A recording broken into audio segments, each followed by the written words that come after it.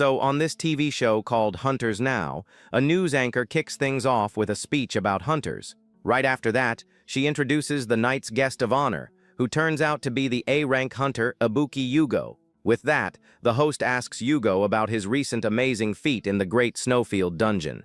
Meanwhile, our protagonist is watching this hunter brag about his Flame Mage class. That's Ninomiya Tsukasa, a 23-year-old guy who looks seriously annoyed by the interview. He notices how everyone in the audience is staring at Ibuki Yugo with total reverence and awe. Seeing that whole scene, Tsukasa wonders to himself why he can't be like that famous dude. His whole deal is that even though he's an S rank, his stats are pathetically low. From there, we're taken back to the past, when the planet started to revolve around dungeons. Out of nowhere, mysterious portals started popping up everywhere, leading to unknown domains. These places were loaded with traps and dangerous creatures guarding the passages. However, they also had magic items like full heal elixirs and dragon horns. Because of that, anyone who succeeded in snagging these treasures ended up becoming super rich. At the same time, certain individuals began to awaken special superhuman abilities. These people who entered the dungeons looking for items were dubbed hunters. With that, the whole social structure was turned upside down, and the economy became based on dungeons. This way, it didn't matter if you were a nobody, because even someone like our hero would have a shot. With that hope in mind, he looks at his status, which shows his S-rank Trapmaster class. His special skill allows him to put all the dangers of a dungeon under his command. In a place filled with threats, controlling the traps is the same as having control of the entire dungeon. For that reason, Ninomiya Tsukasa was totally hyped when he awakened this OP class. That moment should have been the best of his life, but that was 2 years ago. The story flashes back to when he went to get his hunter license, and the examiner asked for his skill. Full of confidence, our protagonist holds out his hand and yells to activate his ability. He tries to use trap activation on a wooden target in front of everyone. To his complete surprise, the skill just doesn't show up, and nothing happens. The instructor is baffled and asks the guy what exactly is going on. Completely embarrassed, Ninomiya Tsukasa says it's nothing and asks for one more try. He then places both hands on the wooden post, hoping to use his skill again. Even with all his effort, nothing happens, leaving the poor guy in total despair. The examiner was already showing that he was losing patience with the whole act. In the meantime, our protagonist starts to panic because he can't believe what's happening. The audience starts making fun of him while the instructor glares at him with a look of contempt. So the man asks what he's doing, and Tsukasa desperately tries to explain himself. His skill description reveals that it forces the activation of traps inside dungeons. From there it clicks, and he realizes the skill must only work on real dangers. However, the examiner keeps staring at him with a not-so-friendly expression. With that, the man states that sometimes fakers show up who invent their own ranks. The guy tries to argue back, showing his status screen and declaring he's an S rank. But the instructor counters, saying that no one can see another person's status window. In a final act of desperation, he begs to be tested in a real dungeon. The man immediately says no because you need a license and combat skills to enter. With nothing left to do, our protagonist asks what he's supposed to do then. The examiner just ignores him and says there are other jobs besides being a hunter. That response leaves Ninomiya Tsukasa completely lost and shocked by the harsh reality. Because of that, he couldn't become a hunter, and the job he got was at the association. Now, in a training room, we see several people practicing their combat skills. Our protagonist is among them and seems to be training in boxing with great dedication. But just a moment later, he gets brutally knocked out by some blonde dude with a cruel smirk. The bully orders him to do his job right while holding him by the hair without any mercy. Apparently, his job is to serve as a punching bag for the other hunters to train on. With a powerful kick, Ninomiya Tsukasa is sent flying, with no chance to defend himself. Even without being able to use his skills, he managed to get a job as a training assistant. Just then, the blonde guy gets closer and says he still remembers him very well from the past. He claims Tsukasa was a loser in school and made up being an S rank at the exam. That's Azunuma, an old classmate who now takes out his frustrations on him. Even while getting beaten up, our protagonist thinks to himself that he really is an S rank. Hearing this, Azunuma gets even angrier and lunges at him with all his strength. He screams for the guy to confess the truth once and for all while kicking him violently. After beating the poor guy up, Asanuma asks if he's finally going to drop that idea. Next, Asanuma mentions the special permit that non-hunters need to go into dungeons. With his face all banged up, our protagonist brings up the promise that he'd get the permit if he could take it. The bully simply turns away and calls him pathetic for having the nerve to call him out. The two of them stare each other down with looks full of hate and determination, showing they won't back down. Seeing this, Asanuma says he understands our protagonist's obsession with wanting to go into a dungeon. With a cruel smile, he suggests one last test to see if the poor guy deserves his help. They move away from the other hunters, and Nanomiya Tsukasa asks what this final test is. The bully says it's pretty simple and orders the guy to grab a piece of paper he's holding. That paper is the signed permit, and the test is to take the document from his hand. Our protagonist feels a glimmer of hope, but Asanuma isn't done talking yet. To get the document, he'll have to endure attacks from two guys who just appeared. He recognizes both of them as the same guys who used to bully him with Asanuma back in school. Even knowing he's about to get a major beatdown, he has no other choice, and accepts the challenge for the dungeon. From there, a session of pain begins, where the guy takes non-stop punches and kicks. Watching this, Asanuma is shocked by the guy's tenacity in wanting to enter a dungeon. With that, Asanuma approaches with the permit and comments that since he's taking it all so seriously, he rips the document right in his face and says that's the exact reason he can't let him go. Our protagonist's eyes widen in pure shock and rage at the guy's attitude. The bully continues to tear the paper and laughs, saying he hates the guy's hopefulness. Nanomiya Tsukasa grinds his teeth in fury, but can't do anything to stop it. In a burst of anger, he screams Asanuma's name and tries to charge at the bully. But the bully is quicker and grabs our protagonist's arm very firmly. A moment later, a magic dagger appears, and he plunges it into the guy's hand without a shred of compassion. The other guys are impressed with Asanuma's skill and comment on how strong hunters are. With that, the blonde guy says he failed the test and tells our protagonist to just give up. Lying on the ground with the dagger in his hand, he curses himself for falling into his classmate's trap. He already knew it was all a sham, and that the bully would never keep his promise. The truth is, the permit system exists, but whoever recommends a civilian becomes responsible for them. So there are only downsides for the recommender, and nobody takes on that kind of task. Unless some rich guy pays a fortune, nobody takes on that role, and especially not Asanuma. Despite that, he needed something to hold on to so he wouldn't completely lose his mind. Because even all beaten up and humiliated, his hope was still standing. He had faith that if he could just get into a dungeon, his miserable life would finally change. That was the only thing our protagonist could still believe in after everything. Suddenly, a mysterious red bolt of lightning strikes right in the center of the city, freaking everyone out. Some random guy is in shock as he witnesses the destruction that the lightning bolt caused all around. Looking up at the sky, he tries to understand what the heck is happening to the world.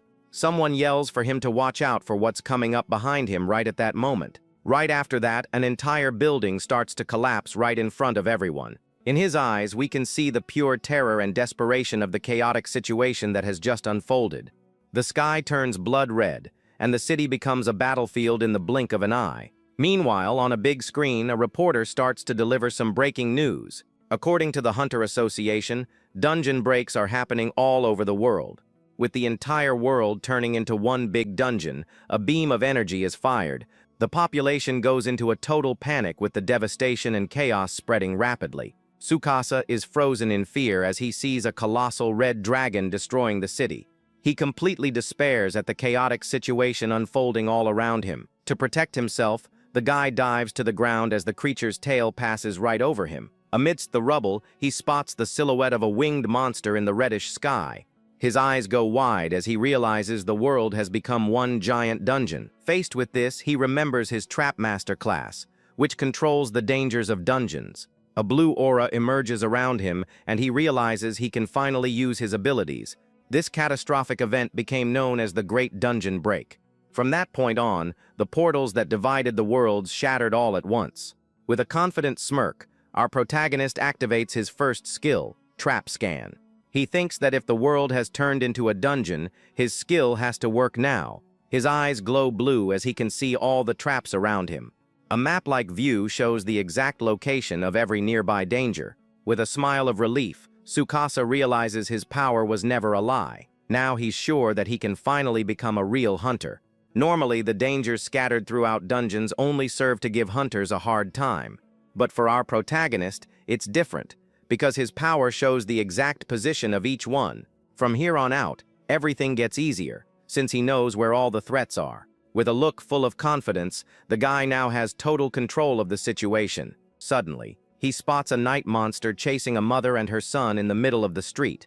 Without hesitating, Tsukasa picks up a metal pipe from the ground to use as a weapon. He believes that with the power of a trap master, he can take out that creature. Meanwhile, the woman screams for her son to run because the monster is almost on top of them.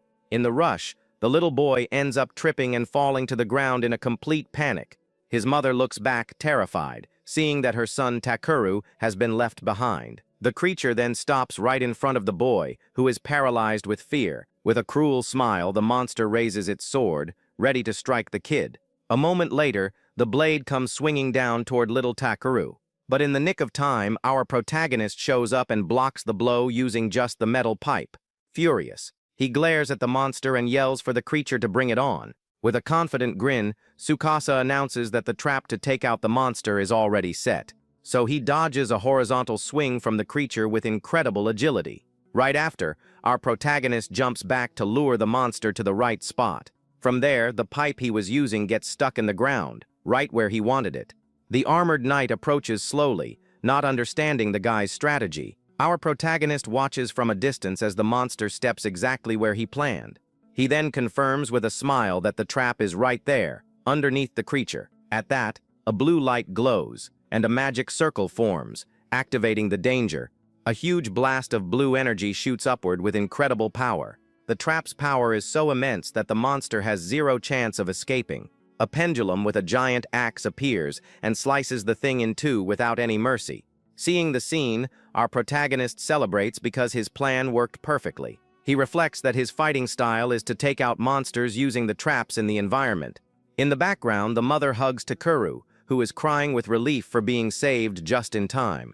Our protagonist smiles, satisfied to see that the family is finally safe. Our protagonist thinks that even mid-level hunters would have trouble with that monster.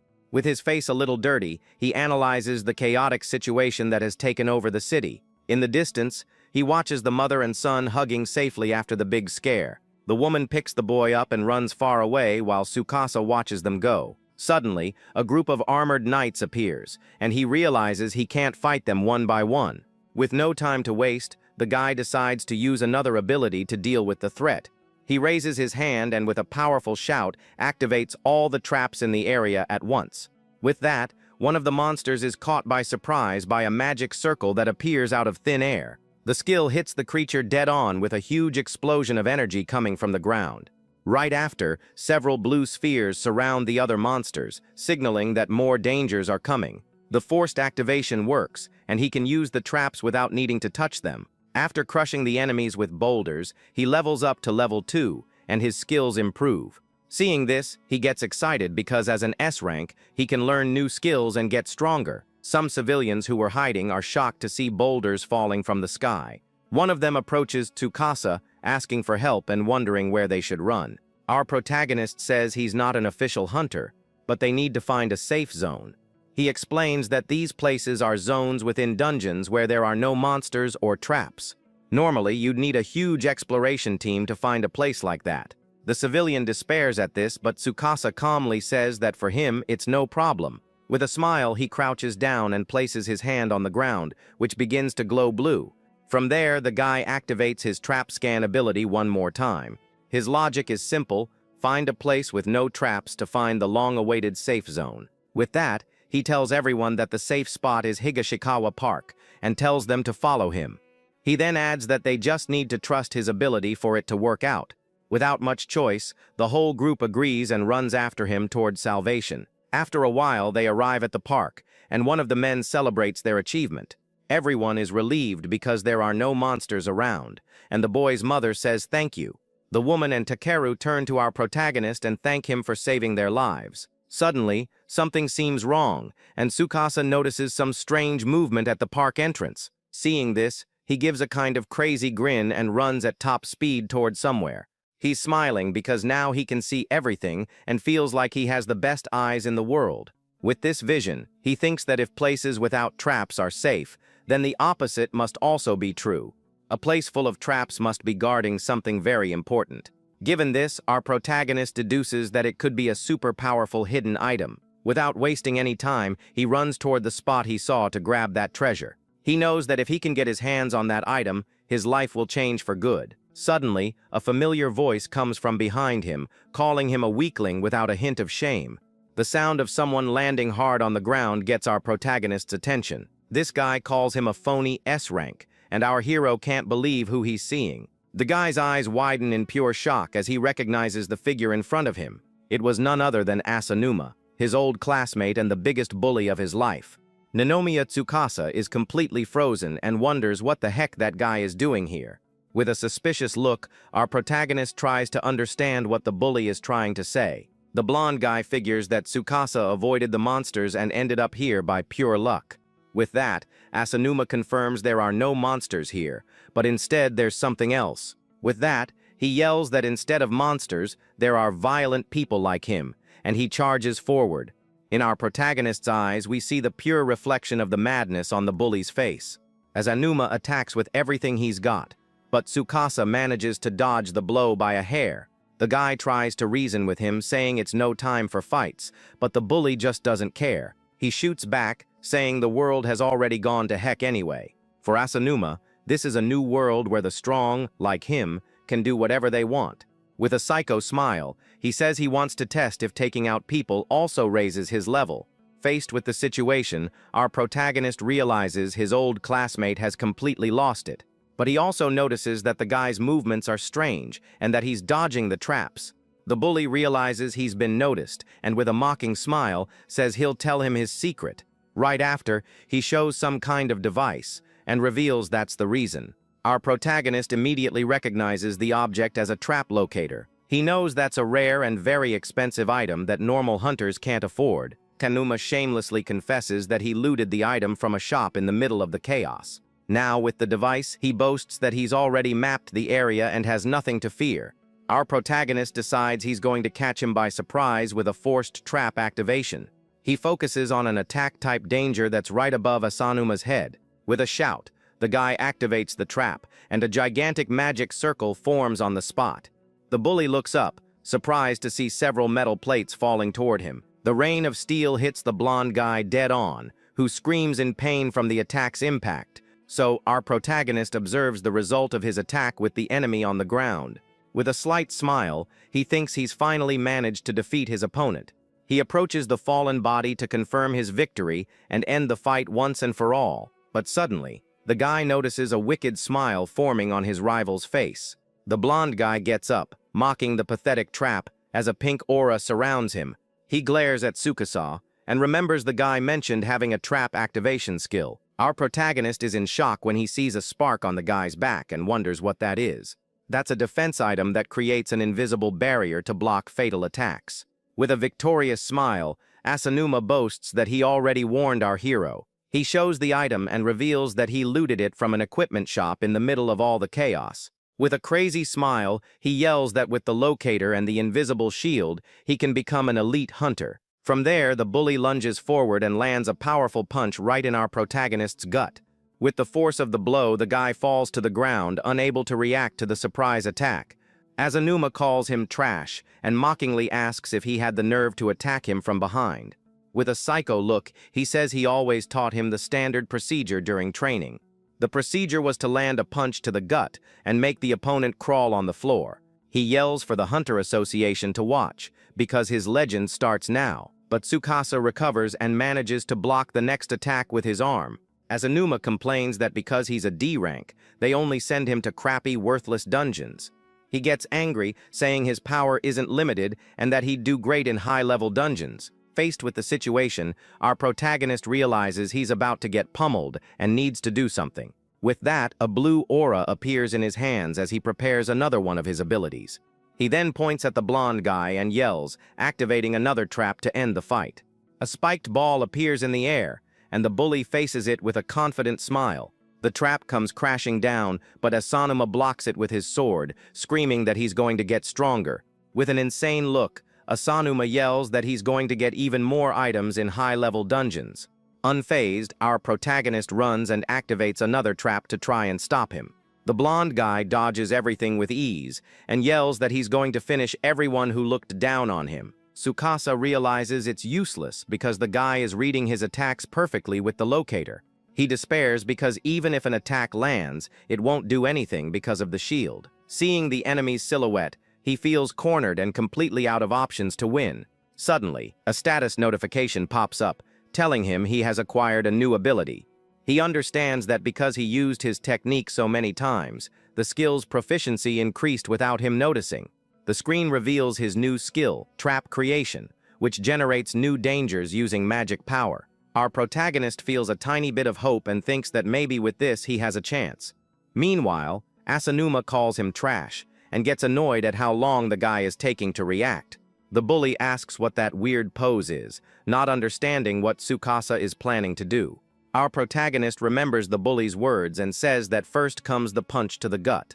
With a look full of hatred, he yells that he's going to give the scumbag exactly what he wants.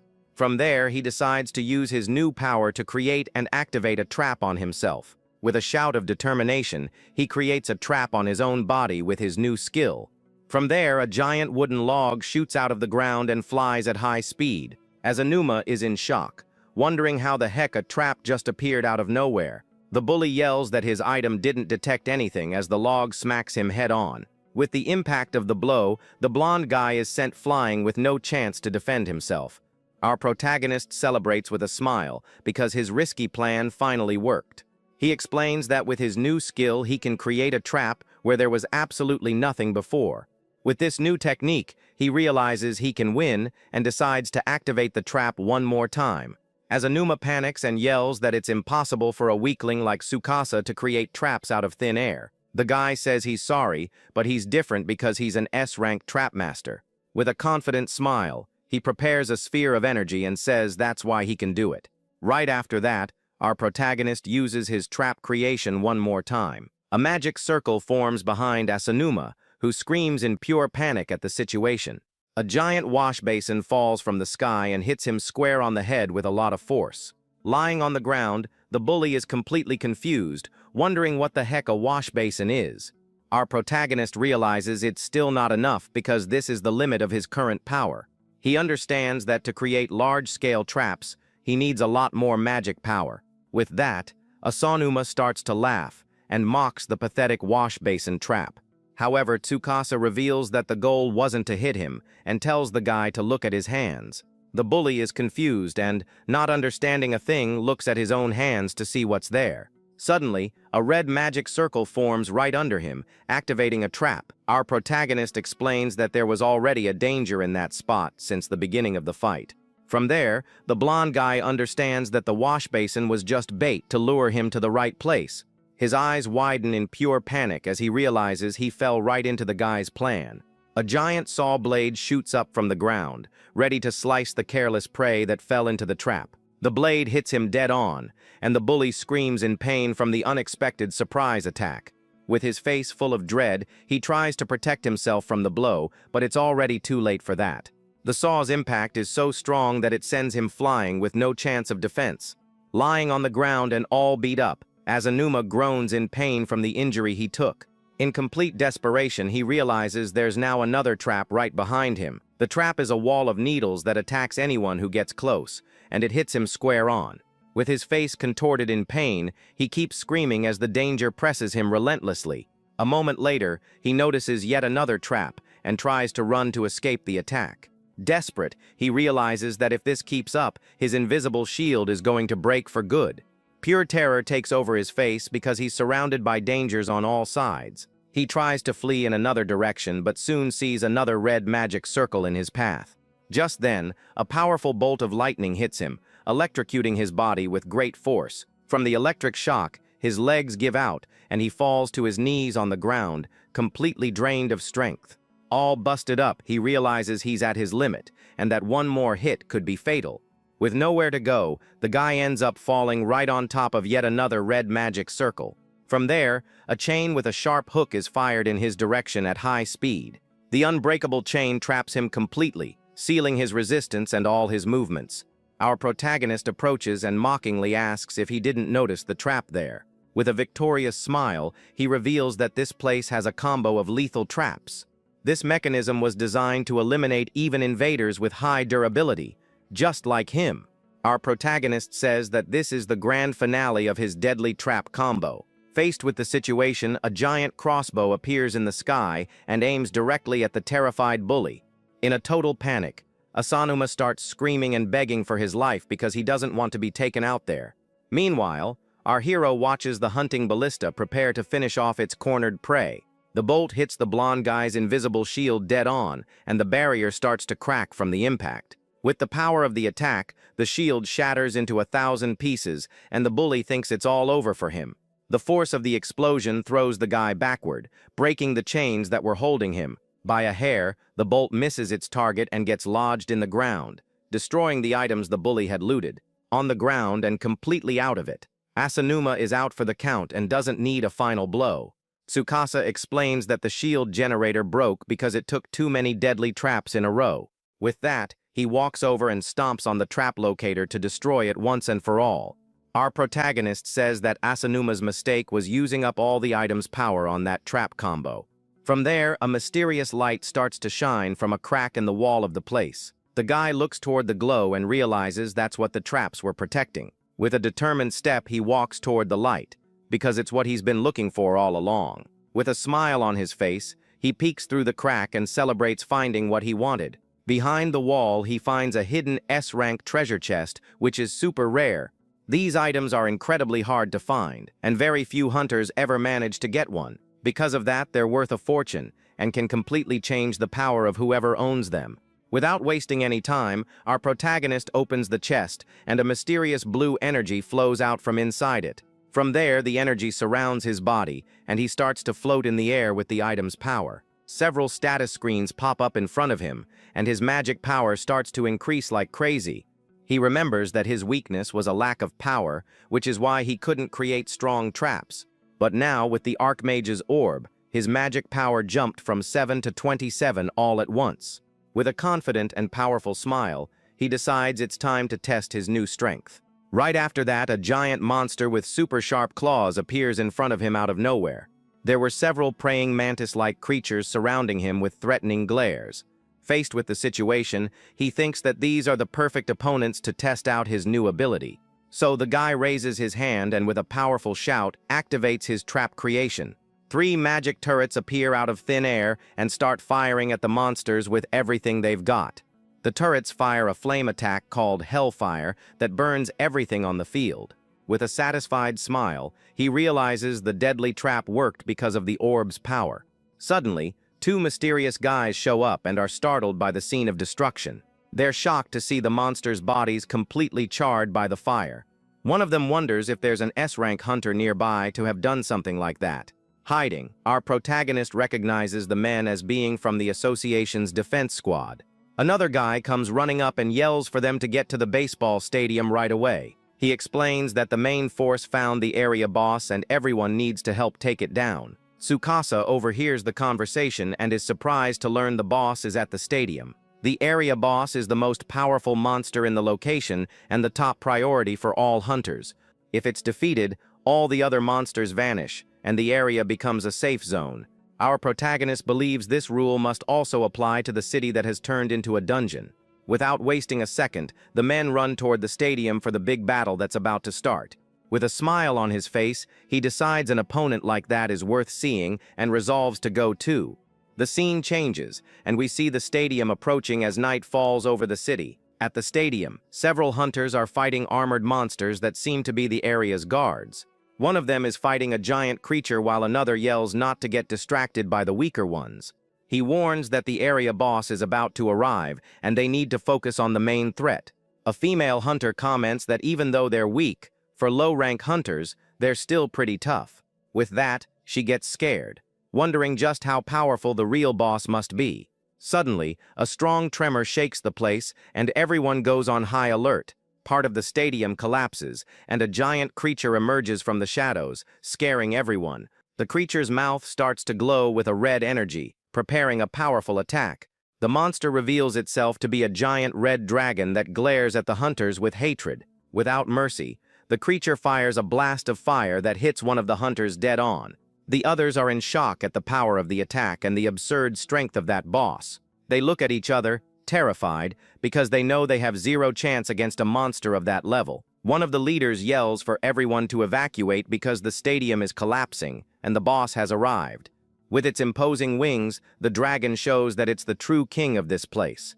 Desperate, the hunters run for their lives, while the leader hurries everyone along. With its powerful tail, the dragon destroys part of the stadium's bleachers with a single swipe. The force of the impact sends the hunters flying, and they scream in pain from the surprise attack. The female hunter runs desperately to help her partner who was hit and fell to the ground. Looking at the scene of destruction, she realizes they don't have the slightest chance of beating the creature. With its glowing red eyes, the monster looks at the humans as if they were mere insects. The young woman despairs because she knows the power of that thing is on a whole different level. And so the creature shows off all its might and power as the true king of that area. Just then, our protagonist arrives on the scene and is surprised to see the boss on top of a building. Without a second thought, he places his hand on the ground and yells for the giant monster to wait for him. With a confident smile, he announces that he's going to prepare a deadly trap for the creature right now. From there, the guy runs toward the dragon to put his risky plan into action. He thinks that if he can defeat that creature, the battle in the area will be over for good. With that, he decides to end it all, using the power of a true trap master. Our protagonist then comes face to face with the dragon, preparing for the final fight. Meanwhile, the other hunters scream for him to get out of there, and one of them calls for the medical team. One of the leaders yells for the artillery squad not to hesitate and to fire with everything they've got. From there, several fire arrows are launched all at once toward the giant monster. The concentrated attack hits the dragon square in the head with immense force and power. With a sliver of hope, the leader celebrates and wonders if they manage to hit the beast. To everyone's surprise, the creature isn't even fazed by the attack and seems perfectly fine. Our protagonist realizes the thing has auto-regeneration and healed all the damage instantly. He understands that to defeat a monster like this, you need to land a single fatal blow all at once. Tsukasa thinks Asanuma's invisible guard was already a pain, but this is way worse. Even so, he doesn't give up and believes with all his might that this opponent isn't invincible. With a plan in mind, he yells for the area boss to come at him with everything it has.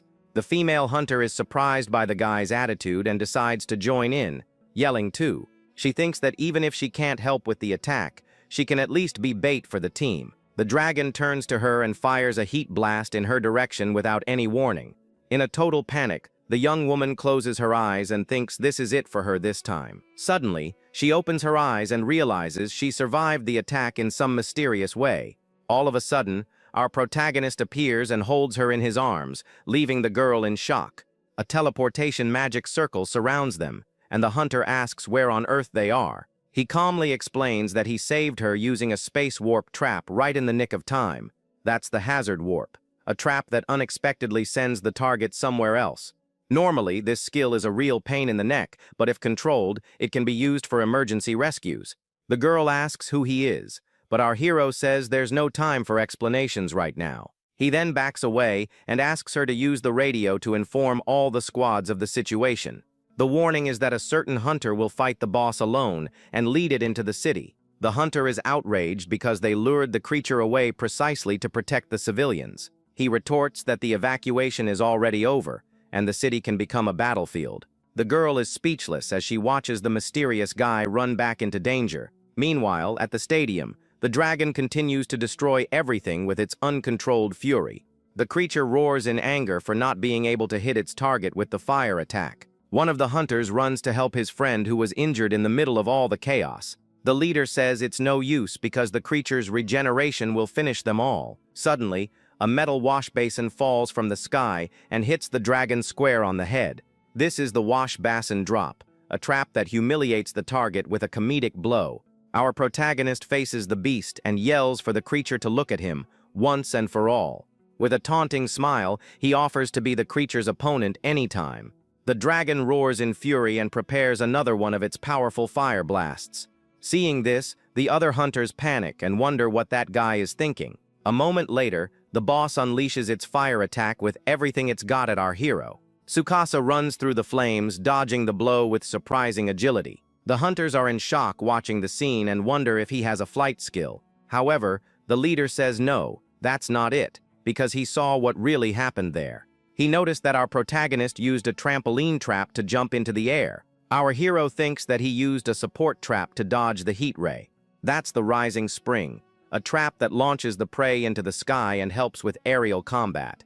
So he activates his trap creation once more while still in the air. From there, a new magic trampoline forms, and he gets ready for his next move. With that, he uses the trampoline to launch himself and land right on the dragon's head.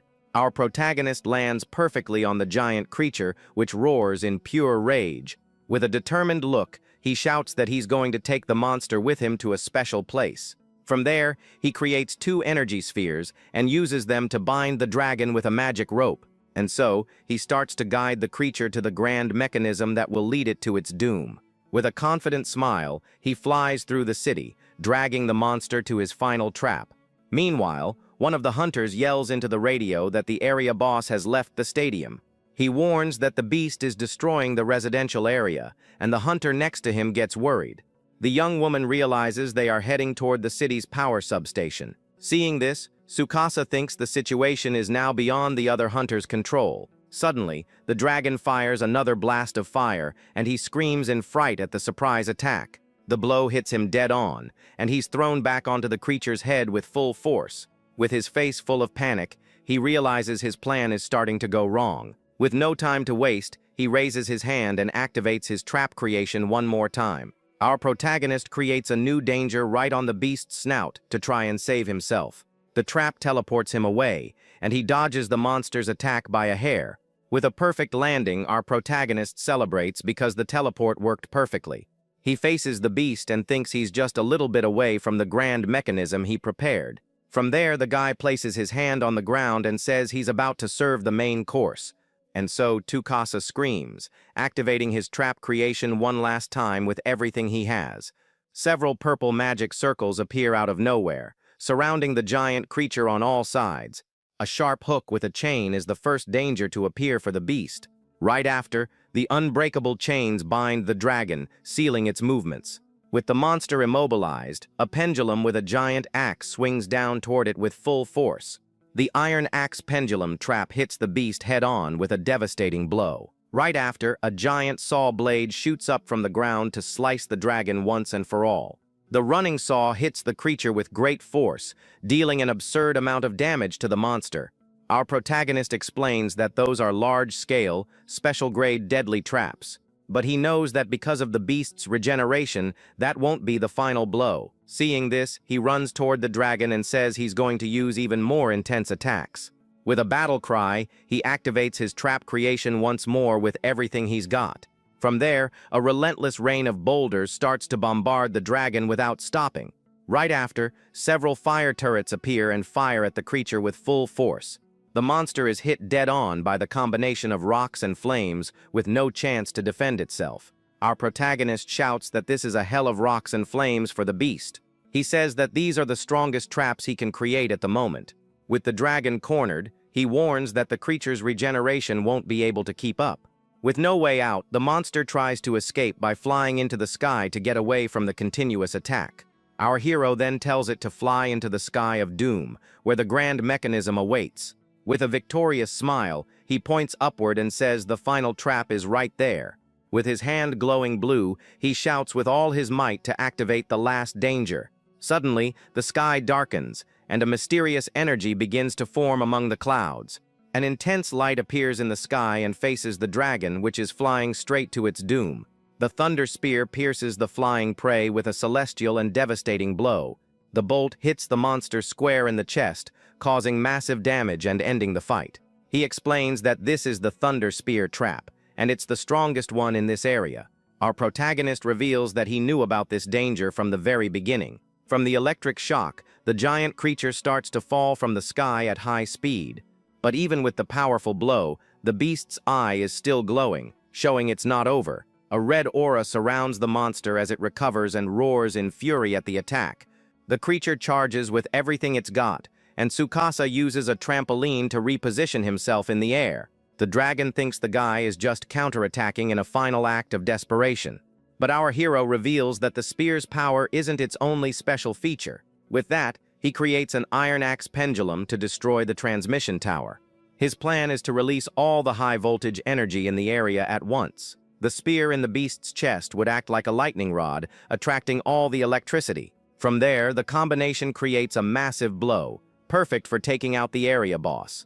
The creature is completely engulfed by the purple energy with nowhere to escape. With a shout, our protagonist tells the dragon to burn to ashes with all that power. That was the fatal blow, because the tower's energy reacted with the spear and fried the monster.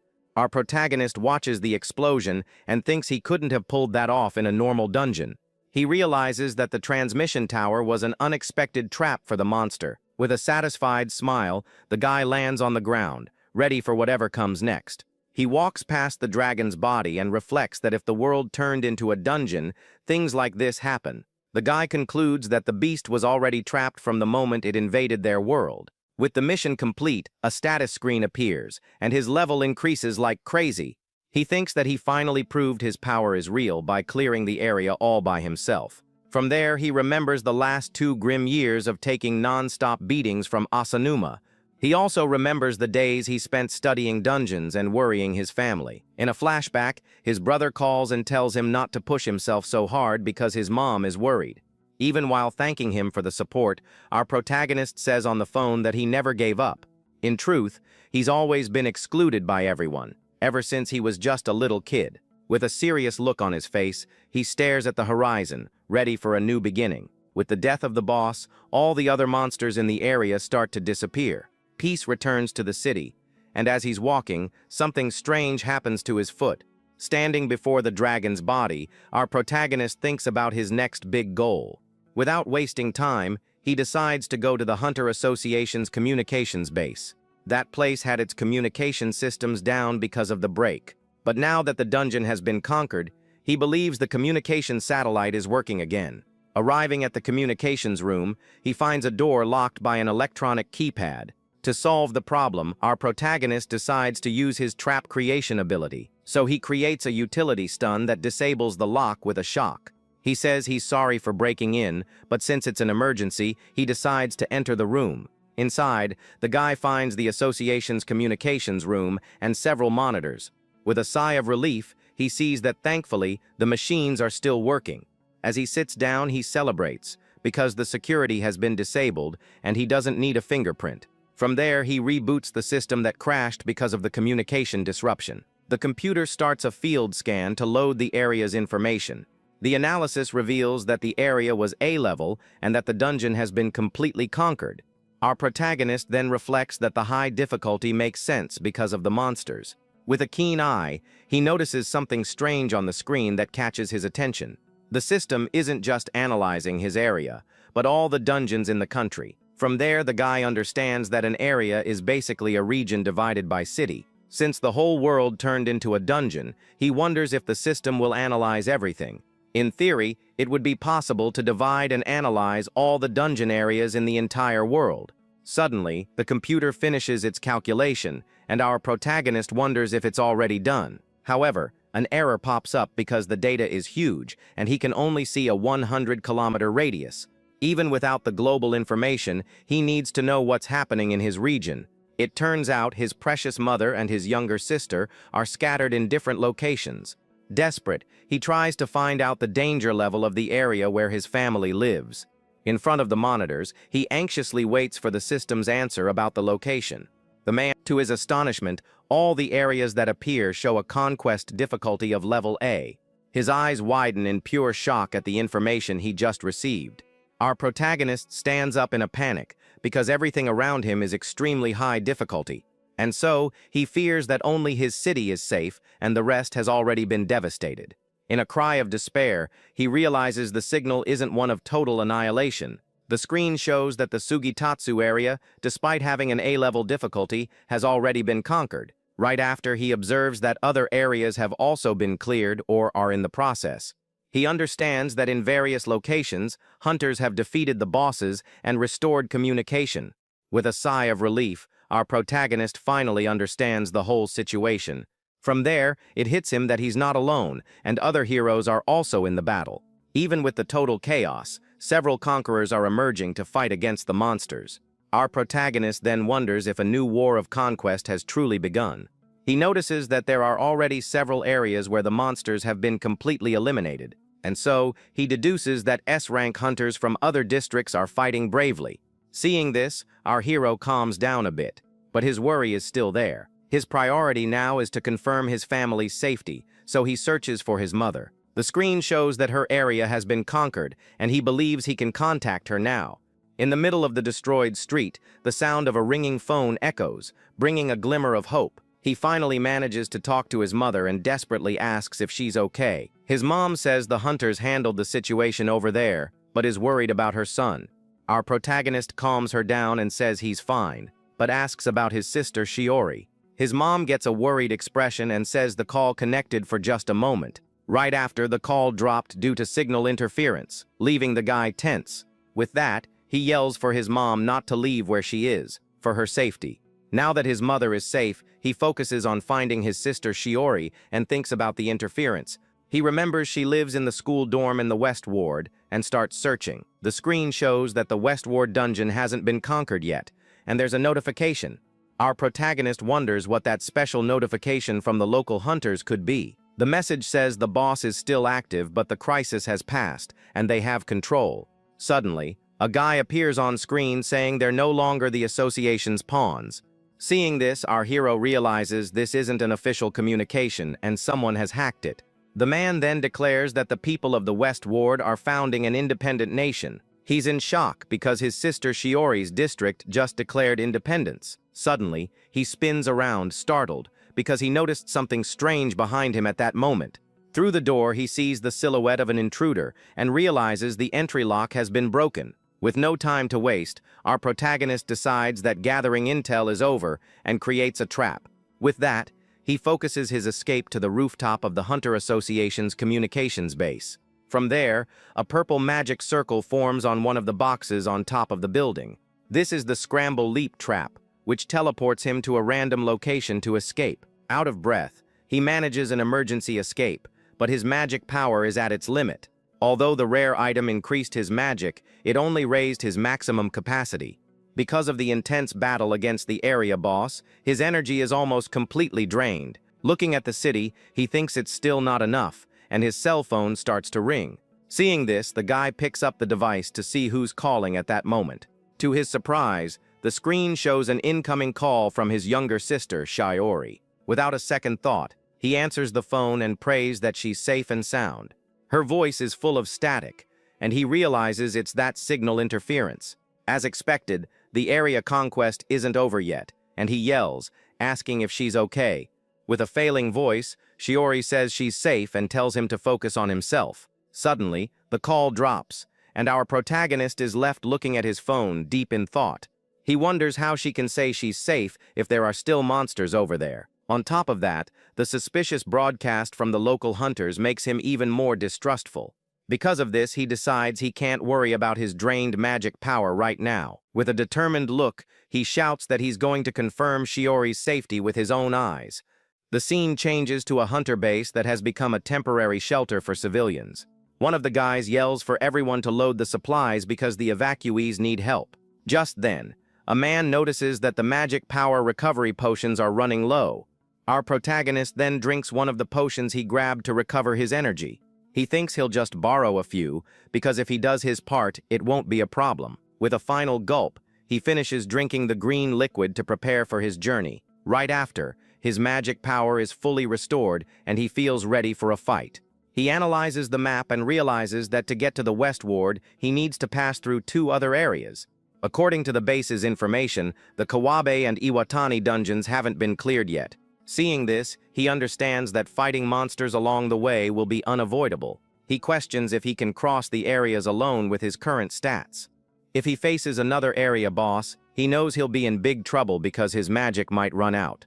To prevent that from happening, our protagonist knows exactly what he needs to do. With a confident smile, he decides he needs to level up to increase his magic capacity. And so, he heads for the Kawabi ward, determined to level up no matter what it takes. As he steps over the border, a blue light appears, marking the start of his dangerous journey. From there, his first mission as a hunter, the dungeon crossing, finally begins. A world that was peaceful just a few days ago has now turned into a dungeon with dangerous areas. Even if one area is cleared, the neighboring one has another boss, and the battle continues endlessly. He enters the Kawabe ward, a place where the dungeon hasn't been conquered and monsters can appear. Suddenly, two guys appear, and one of them points, saying he looks like a hunter, just like them. They approach and ask if our protagonist has any rare items because they're out of gear. Tsukasa says no, and the guy complains that everyone says the same thing with a disappointed look. With that, the man says there's no other way and activates a claw weapon on his hand, ready to attack. Our protagonist is in shock as he realizes he's walked right into an ambush by bad guy hunters. The bad guy hunter warns him he's about to get hurt and lunges forward with his claws. Because of this, our protagonist dodges the man's fast, slashing attacks by a hair. With a serious look, he realizes these guys aren't normal hunters, but straight-up thugs. A moment later, the two criminals attack together to try and catch Tsukasa once and for all. Faced with the situation, the guy decides to use his trap creation to deal with the threat. The thug smirks confidently as he sees the purple magic circle forming right above him. From there, a giant boulder falls from the sky and crushes the two men with disastrous weight. The two hunters are pinned to the ground, unable to move because of the trap. Our protagonist then wonders if taking out humans would also grant experience points. He thinks the possibility isn't zero and needs to keep a close eye on violent hunters. But Tsukasa decides he doesn't need to fight people and will focus only on the area's monsters. With a confident smile, he decides to test a specific trap for farming experience. The scene changes to the Kawabe Ward Plaza, where two robot monsters are firing red beams. A woman passing by screams in panic as she's almost hit by the powerful attack. The robotic creature then turns to her and seems to be confused by something. The monster is confused because it's hearing the sound of a whistle coming from somewhere. Turns out, that's a whistle doll, a trap that lures monsters with its sound. Hiding in a tree, Tsukasa thinks that with this trap, all the monsters will gather together. Soon, 4 creatures assemble, and he thinks that's still not enough to farm experience. So the guy decides to create one more danger to deal with the robots that showed up. Suddenly, a purple energy emerges from the ground and scares all the monsters that were there. One of the creatures tries to escape, but ends up getting zapped by the magic trap on the ground. The shock is so strong that the monster is left completely paralyzed, unable to move. At that, a cage appears out of nowhere, and a lock seals the passage, trapping the targets. The iron cage trap captures the 4 monsters who scream in despair at the situation. Our protagonist then approaches the cage to begin the next phase of his plan. With a confident smile, he gets ready and says that the trap creation is about to begin. From there, a mirror of white light appears in front of one of the monsters trapped in the cage. The creature stares at its own reflection in the mirror and is frozen, staring at the image. A moment later, the robot starts to disintegrate into dust particles. Not understanding a thing, that's the copy mirror trap, which reflects and multiplies the monsters trapped in the cage. With a wicked smile, our protagonist thinks that a trap like this is the worst of them all. Normally, a danger that multiplies enemies would be something no one would want to find. But for Tsukasa, inside the cage, it doesn't matter, and he tells the creatures to multiply. He yells for the monsters to continue the process until the cage is completely full. His logic is simple. The more enemies he defeats, the more experience points he'll gain. With a determined look, the guy says he's going to finish them all at once and get stronger. From there, the cage gets packed with robots screaming in despair from being squeezed together. Facing the full cage, he prepares to activate the final mechanism and end the party. And so, our hero activates his trap creation one last time with everything he's got. A giant magic circle forms right above the cage and glows with a purple energy. The monsters inside are terrified because they realize something terrible is about to happen. A giant boulder falls from the sky and crushes the cage with disastrous large-scale weight. With a satisfied smile, Tsukasa celebrates because his trap-sweeping technique worked. He then names his strategy of multiplying and crushing monsters the Experience Cube. He gets hyped because he defeated dozens or even hundreds of monsters with his plan. At that, several status screens pop up and he levels up like crazy. Besides leveling up, he's surprised because he also acquired a new ability. The screen reveals his new skill, Trap Domination, which controls trap-type monsters, so he reads the description carefully to understand how the new power works. Our protagonist understands that with this, he can turn monsters into his allies. Suddenly, he stops walking because he notices something strange moving nearby. That's a survivor from his attack, and he thinks it's perfect for testing his new skill. With a confident smile, he gets ready to use the ability and see if it works. From there, a green magic circle forms in his hand, ready to be activated. With a powerful shout, he activates Trap Domination with everything he has. The green energy hits the creature, but to his surprise, the power is instantly repelled. He's in shock because the ability simply doesn't work, and the monster isn't dominated. Tsukasa then rereads the description and realizes the skill only works on trap-type monsters. Because of this, the technique is useless against normal monsters and won't do any good. Unable to use the new skill, he creates a finishing sword that defeats the monster for good.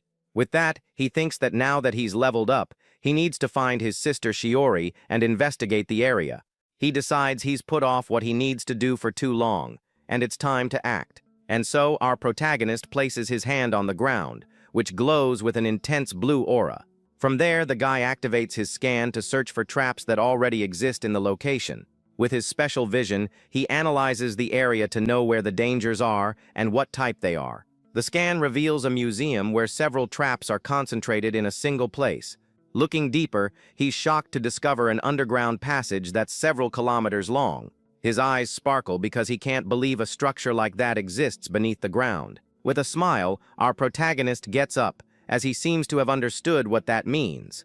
Faced with the situation, he realizes he has no other choice but to go to that museum. Without wasting time, the guy starts walking toward his next big objective. He then enters a dark and dense forest to get to his destination faster. Suddenly, Tsukasa stops walking and turns around, startled by something he saw there. He's surprised to find a huge lake right in the middle of that dark forest. Because of the lake, he deduces that the museum must be very close to that spot. A moment later, our protagonist finds the building and celebrates having found the place. He believes the underground passage is under the building, and his intuition is right. Without wasting time, the guy enters the museum, and the door closes behind him with a thud. According to his scan, the inside of the building is completely filled with traps. Because of this, he decides to walk very carefully to not accidentally trigger any dangers. Suddenly, he notices a chest moving and yells that the creature was being way too obvious the whole time. And so, he decides to use his new Trap Domination ability on the monster. The green energy hits the chest, which is surprised and frozen by the skill's power. Our protagonist is happy because the technique worked, and now he has a new ally. As he suspected, it's a mimic, a monster disguised as a treasure chest. This creature pretends to be a chest to attack hunters, and its very existence is a trap. He was able to see the creature clearly because of the scan, and he understands what that means. With a victorious smile, our protagonist celebrates because the domination was a huge success. From then on, the mimic becomes his ally, and a green emblem appears to seal the pact. Suddenly, the mimic jumps on top of our protagonist, who is in shock from the attack. He panics because he thinks the creature is attacking him and that his skill failed. With that, the guy is knocked to the ground and thinks he let his guard down and it's all over for him. The impact throws him hard to the floor and he screams in pain from the unexpected fall. Lying on the ground, he complains about the pain but realizes the monster is just sitting on his lap. The creature then makes a cute face, as if it were a little puppy, and lets out an adorable sound. A moment later, the little thing clings to our protagonist's leg, leaving him completely confused. He then realizes that the creature seems to be attached to him in some weird way. The little monster continues to make cute sounds as if it's happy to have a new owner. The whole situation makes our hero a little uncomfortable, but he tries not to mind it. Although it's kind of bizarre, he confirms that the domination worked, and the monster became his ally. Now with the skill confirmed, he opens a trapdoor and prepares to head into the underground passage. Our protagonist goes down the stairs with his new ally right behind him for the next phase. He realizes that such a large passage didn't exist here before and was created when the district became a dungeon. And so, he deduces that if a space was created, it must have a purpose, like a secret shortcut. So he believes this passage is the best way to avoid fighting at every turn. With a serious look, our protagonist hopes his theory about the shortcut is right. But he knows that in exchange for speed, this path surely hides enormous dangers. Looking at his new companion, the guy decides he can't just call him Mimic anymore. From then on, with a smile on his face, he names the little creature Mimi. The little monster seems to have really liked the name and looks at him with big shiny eyes. Suddenly, Mimi jumps on him, and our hero wonders why it's so happy. He then warns his new partner to get ready because the journey from here on out will be dangerous. The little creature makes a confident sound, showing it's more than ready for the fight. Our protagonist understands he'll have help, and with that, he feels much safer to continue. With determination, he approaches the giant door and opens it to see what's on the other side. As he opens a crack, he comes face to face with a dark silhouette and a very sinister purple energy. The figure reveals itself to be a giant knight with imposing and frightening armor. A torch on the wall lights up the area, revealing a few more details of the place. Before him, our protagonist observes a knight statue very similar to the monster. He analyzes the room and notices that there's only the statue and the exit door at the far end. With that, our protagonist starts to walk slowly with Mimi following close behind. He carefully approaches the knight statue to see what will happen. With a focused look, he was already expecting something strange to happen at any moment. Suddenly, the stone statue comes to life and raises its sword to attack with everything it's got. Without wasting time, the guy activates one of his abilities, creating a purple aura in his hand. A moment later, a stone wall appears and successfully blocks the monster's blow. The creature is unfazed and prepares to launch another powerful attack against him, but the magic wall can't withstand the force and begins to crack from the blade's impact. Tsukasa then confirms that just as he thought, this is a trap-type monster. He already knew there was a high-level danger in the room because of his previous scan. The problem is that his domination doesn't work on statues, and he needed the creature to transform. Because of this, he approached on purpose, but something unexpected catches him by surprise. The creature moves incredibly fast and appears right behind him, ready to attack again. Faced with this, our protagonist creates an iron wall to defend himself from the surprise blow. He's shocked because the thing is way too strong, and his iron wall shatters into pieces. With that, the creature charges at high speed toward our protagonist. He manages to dodge by a hair but realizes the monster is incredibly fast. The knight moves in random trajectories, leaving the guy very confused by its tactic. With these erratic movements, he realizes the monster is aiming for something. His eyes widen as he understands that the creature's target is his blind spot. And so, he creates a diamond shield to block the attack on his back at the last second. At that, he confirms that the creature is definitely aiming for his back to attack. But since it's a trap monster, he knows he doesn't have to fight it head-on to win. With a plan in mind, he prepares to use his trap domination on the creature. The green energy hits the knight dead-on, who is paralyzed by the ability's power. The skill's power completely envelops it, and our hero believes the fight is finally over. However, he's shocked to realize that even though it hit, the technique isn't working.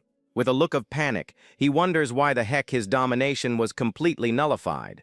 From there, he understands that his skills level is still too low for high-level monsters.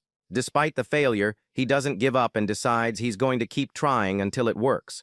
With that, he believes that if he hits the creature several times, the skill should work. From there, he tries to use trap domination one more time with everything he has. But he gets frustrated because the monster is way too fast, and the first hit was just luck. So he realizes he needs to read the creature's trajectory to land the technique. Our protagonist then focuses and thinks there must be a way to win. With a new idea, he puts his hand on the ground to create a trap and lure the creature. From there, he uses his trap creation to set the stage for his plan. The knight charges to attack, but our hero dodges at the last second. Suddenly, the creature stops moving and is completely drenched in water. His grand trap is a basin of water that soaks the knight without causing any damage. The monster stands still, completely confused by what just happened there. With the floor all wet, the knight attacks in a fury, and the guy dodges by a hair. Our protagonist gets ready because his real plan is about to begin. With a smile, he realizes the joke trap made the monster furious. The knight charges once more, but now it doesn't seem as fast as before. Turns out, because it's all wet, its movements leave water trails on the floor. With that, our protagonist can finally see where the creature is moving. He understands that by following the watermarks, he can read the monster's behavior pattern. And so, he aims where the creature will be and uses his trap domination again. The green energy hits the knight dead on, which tries to resist the ability's power. The monster is hit, but doesn't seem fazed and continues to advance with its sword. But Tsukasa doesn't give up and keeps using his domination non-stop to stack the effects. He believes that if he keeps hitting the creature, the technique's effects will accumulate. With one last battle cry, he launches another one of his powerful dominations at the monster. Our hero is confident that sooner or later, the ability will finally work. With a determined look, he shouts that he's going to make that high-level creature his ally.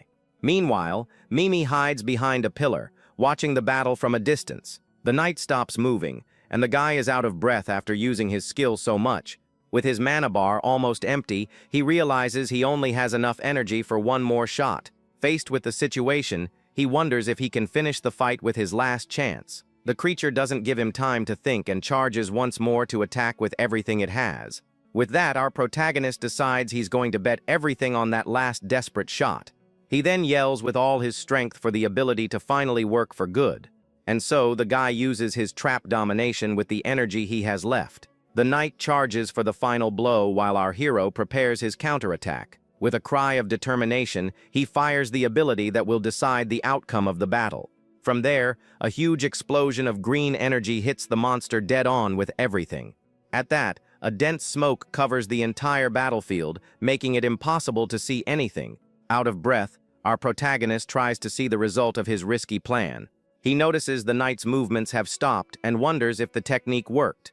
A moment later, the monster's killer aura starts to fade very quickly. With a smile of relief, he celebrates because his subjugation was a total success. From there, the creature drives its sword into the ground with a dull, imposing thud. To his surprise, the knight kneels and apologizes to its new master. Our protagonist is in shock because the creature was able to speak to him. Still surprised, the guy asks who the heck it really is to have that ability. To his surprise, the knight starts to take off her helmet, revealing who's underneath. Under the heavy armor was actually a beautiful elf with long white hair. The warrior reveals herself completely, showing her imposing and powerful appearance. Faced with the revelation, our protagonist is left speechless by what he just discovered. The elf says she is no one and asks him to give her a name and accept her as his servant. A little awkwardly, the guy agrees and thinks she needs a fitting name. With a smile, he decides that from now on, her name will be Jean. The elf is moved and repeats the name John with pure happiness on her face. With great honor, she accepts the name and asks to be called that from now on. Suddenly, our protagonist is startled by a strange noise that comes out of nowhere. The sound was actually little Mimi, who screams in pure jealousy at the scene. The little monster charges with everything at John, who faces it with complete calm. Calmly, the elf holds Mimi and says that he is the senior here, and she will respect his position. Our protagonist is confused by the scene and realizes that even monsters have a hierarchy. Seeing this, it dawns on him that it's no time for that, and they need to hurry. But Giant stops him from continuing and asks her new master to wait a bit. The elf explains that by defeating her, the next event has been triggered, and the boss battle is about to begin. In a panic, our hero asks what she's talking about, and the warrior says the boss is about to awaken. With a serious look, she reveals that she is the guardian of this dungeon, and her function is to protect the place. Therefore, her transformation into a monster and the fight against him served as a signal for the boss. The elf adds that the battle is inevitable, and it's impossible to leave without defeating the monster. Our protagonist despairs because he thought he had chosen the easiest path to escape. Without a second thought, he decides he's going to give up on the passage and go back to the surface. However, John warns with a serious look that it won't work at all. She explains that the door can no longer be moved by human strength because retreat is impossible. From there, the warrior points forward and says the only way is to the boss's room. At that, our hero retorts that fighting is impossible because he's out of magic power. Suddenly, Mimi pokes him, and the guy turns to see what his little ally wants. Mimi then opens its mouth and starts to spit something out for its master. Our protagonist is surprised because the little monster hands him a magic potion. To his surprise, it's a magic power recovery potion, which he desperately needed. With a smile, he realizes that Mimi has a storage function and can hold anything. From there, he takes the potion and feels completely prepared for the next battle. Jane then asks if he can use advanced water magic, because without it, it's pointless. She explains that the area boss is like the incarnation of flames and needs a concentrated water attack. Our protagonist says water magic is difficult, and the trap he used on her is his limit. With that, he starts to think of a strategy, and suddenly Mimi gets his attention. The little monster makes a questioning face, and our hero seems to have a new idea. He then asks John if the door can't be opened by humans, and she confirms it. With a confident smile on his face, our protagonist seems to have a new plan in mind. He then asks if monsters like her and Mimi could open the door for them to escape. The elf replies that if it's monsters, a retreat would probably be possible. Suddenly, a strong tremor shakes the place, and the two go on alert. John explains that the master of the dungeon lost its patience and decided to attack with everything. A moment later, the large door at the end of the room is engulfed in flames and begins to break. The elf then yells for her master to use a defense magic because the flames are coming. With no time to waste, our protagonist creates a purple barrier to protect himself from the attack. From there, a huge explosion of fire destroys the door and engulfs the entire room. The flames surround the two from all sides, and our hero realizes the danger he's in. With his magic shield, he protects his allies from the fire that burns everything to ashes. Looking at the scene, the guy is surprised to see that the flames form a giant phoenix in the air. He's shocked by so much power and realizes the entire room is starting to fall apart. With that, our protagonist creates a blue energy shield to protect himself from the debris. The ceiling continues to collapse, but the protective barrier manages to withstand the impact. After the dust settles, they realize they're on top of a large magic circle. With a serious look on his face, Tsukasa seems to understand what's about to happen. Before them, a giant creature made of pure fire appears, and Jean calls it the boss. That is the monster known as the incarnation of fire, and the true boss of the area. From there, our protagonist realizes the whole place is starting to collapse. With that, he knows he can't just stand there and needs to move before everything comes down. Looking at Mimi, he says he has a favor to ask and wants his ally to act alone. He then whispers for the little monster to go back the way they came and get out of there. But John screams in desperation because the area boss is preparing a new attack. The fire creature roars in fury and charges at them with everything it has, leaving no chance for defense. Even in this dangerous situation, our protagonist faces the monster with a determined look. And so he pushes Mimi toward the door for the little monster to escape in time. Now alone, the guy and the elf prepare to face the incarnation of fire. Looking back, our hero shouts with worry, asking about his little companion. To his relief, he sees that Mimi is running safely toward the exit door. His plan is that because he's human, the door would lock and prevent him from escaping. But the elf said that allied monsters like Mimi could open the door and go back. With this hope, our protagonist shouts that now everything depends on his little monster. Facing the boss, he activates his trap creation to start the battle for real. The trap he creates is a mysterious wormhole that can spit out objects. The fire boss wastes no time and launches an attack with everything it has at them. At that, the guy yells to Jean that a second wave of attacks is coming. The creature then shoots several fireballs from its mouth at high speed.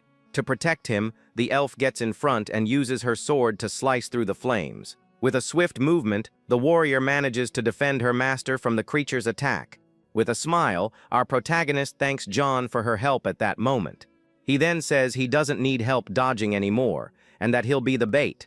The plan is for John to attack the monster's left leg to immobilize it. The elf accepts the order and says she will complete the mission even if it costs her life. He thinks that now the rest of the plan depends on little Mimi getting the job done. The first order was to get out of the museum the same way they came in before. Right after, the creature runs at high speed through the dark forest. Its final destination is the large lake on the other side of that forest. With a determined look, the little monster prepares to carry out its great mission. Arriving at the lake's edge, Mimi gets ready to execute its master's order. With a great leap, the creature throws itself into the water to complete the final part of the plan. Meanwhile, the fire boss roars in fury and prepares for another attack. The creature attacks, and our protagonist creates a diamond shield to defend himself. Struggling to hold back the blow, he screams in desperation, asking for Jane. The elf then shouts that she's found an opening and that now is the time to carry out the order. And so she charges forward and slashes the creature's leg with her sharp sword. The boss roars in pain from the surprise blow it just took from the warrior. Seizing the chance, our hero uses his wormhole to trap the monster. With that, the beast's movements are sealed, and it gets stuck under the trap. He thinks that now the rest depends on Mimi and that special item it's carrying. Deep in the lake, Mimi opens its mouth and reveals what it was holding the whole time. That was the other wormhole, which will connect to the first one he created. When it's placed at the bottom of the lake, the trap connects to the exit in the dungeon. Faced with the situation, the fire boss is now completely trapped with nowhere to go. With the plan in action, the fire creature feels a drop of water fall on its head. The monster then stares at the wormhole, not understanding what the heck is going on. Looking at the scene, our protagonist gives a slight smile because his plan worked perfectly. The boss is surprised to realize that a huge amount of water is about to come down. From there, the lake water comes pouring down and hits the creature with absurd force. The monster tries to protect itself, but its flames start to go out from the power of the water. And so, the entire place starts to get flooded by the waterfall that has formed there. Tsukasa then yells for John to get behind him so she doesn't get swept away by the current. With no time to waste, he places his hand on the ground and activates his trap creation again. From there, a giant wall appears in front of them to block the flow of water. The prison wall is a trap that blocks anything coming from the outside. With the situation under control, he celebrates because his water torture was a total success. He explains that to beat the boss, he would have needed an army of water mages. Because of that, the only way out was to use the lake outside and send Mimi over there. With the wormhole in the lake, he managed to connect the 2 points and bring the water in. The fire boss screams in pain as the water relentlessly extinguishes its flames. The creature tries to resist, but its body of fire starts to fall apart from the water. With the flames extinguished, a glowing core appears in the giant monster's chest. Jane shouts that the enemy's core has appeared and they need to destroy it now. At that, our protagonist gets ready to use his trap creation. With a shout, he creates a finishing sword from a magic circle. The sword flies at high speed to deliver the final blow to the weakened creature. The blow hits the core dead on, and the boss's body starts to turn to stone. A moment later, the creature collapses, and the waterfall finally stops pouring. With the enemy defeated, the wormhole in the ceiling starts to close slowly. On the other side, Mimi closes the portal in the lake with its special ability. With that, our protagonist and Jen can finally relax a little. Suddenly, little Mimi pops out of a puddle of water and makes a cute celebratory sound. With a smile, they celebrate because the subjugation of the area boss was a complete success. With that, he thanks his little ally, but something strange happens to his hand. Suddenly, Mimi squeals with joy, and our protagonist kneels down, surprised by an object. A dagger shrouded in magic power was stuck right in the stone body of the boss. John then explains that's the area's hidden item and asks him to accept it. Our protagonist is thoughtful because he's never heard of an item like that before. With that, he wonders if it's an ultra-rare treasure that's hard to get. The elf reveals that the item was at the bottom of the lake and came through the portal with the water. With a victorious smile, the guy holds his new and powerful reward in his hands. He then reflects that he would have never imagined an item like that at the bottom of that lake. The screen reveals the weapon's name as Mystic Light Blade, but with unknown effects. With that, he decides he'll find out the weapon's powers by using it in combat. Suddenly, a strong tremor shakes the place, and the boss's body starts to tremble violently. Our protagonist is startled by the noise, but John tells him to stay calm. She explains that the tremor accompanies the subjugation and the passage is moving, and so the passage opens a path to the next area, which is the escape route. The scene changes, and we see the border between the Iwatani and Kawabe wards in the city. Our protagonist climbs out of a manhole and realizes he's right on the area's border. He thinks that despite everything, he managed to get this far, but a voice calls out to him. A man asks what he's doing there, and the guy turns around, startled by the situation. Without a second thought, he pushes Jan back into the manhole and tells her to hide. From there, he turns to face the group of men approaching him. One of the hunters scolds him, saying not to wander alone during an emergency. Our protagonist recognizes the uniforms of the Hunter Association's rescue squad. At that, one of the group's leaders tells the others to clear a path for them to pass. The man then looks at him and asks if he's the S-rank hunter Ninomiya. With a smile, the guy shows the young man's profile and says his reputation has already spread. He explains that the rumor of our protagonist defeating an area boss all by himself has already gotten around. The guy remembers the battle against the dragon and admits he made a pretty big scene, and so the man invites him to join their squad and work together. To convince him, the guy says he can use his authority to register him as a hunter. Our protagonist is speechless because this is the recruitment he's always dreamed of. Faced with the offer, our protagonist clenches his fist tightly as he needs to make a decision. To everyone's surprise, he bows and says he completely refuses the man's offer. The squad leader is in shock and asks if he's going to continue acting as an independent hunter. Without saying another word, the guy remains bowed as a sign of respect and gratitude for the chance. With that, the man understands he has his reasons and that it was a good opportunity to gain fighting power. And so the leader says that if he wants to act alone, that's fine, but to be careful on the way. He then warns him because he heard that illegal hunters are committing crimes in the Iwatani ward. Our protagonist remembers the thugs he encountered and gets worried by the way the man spoke.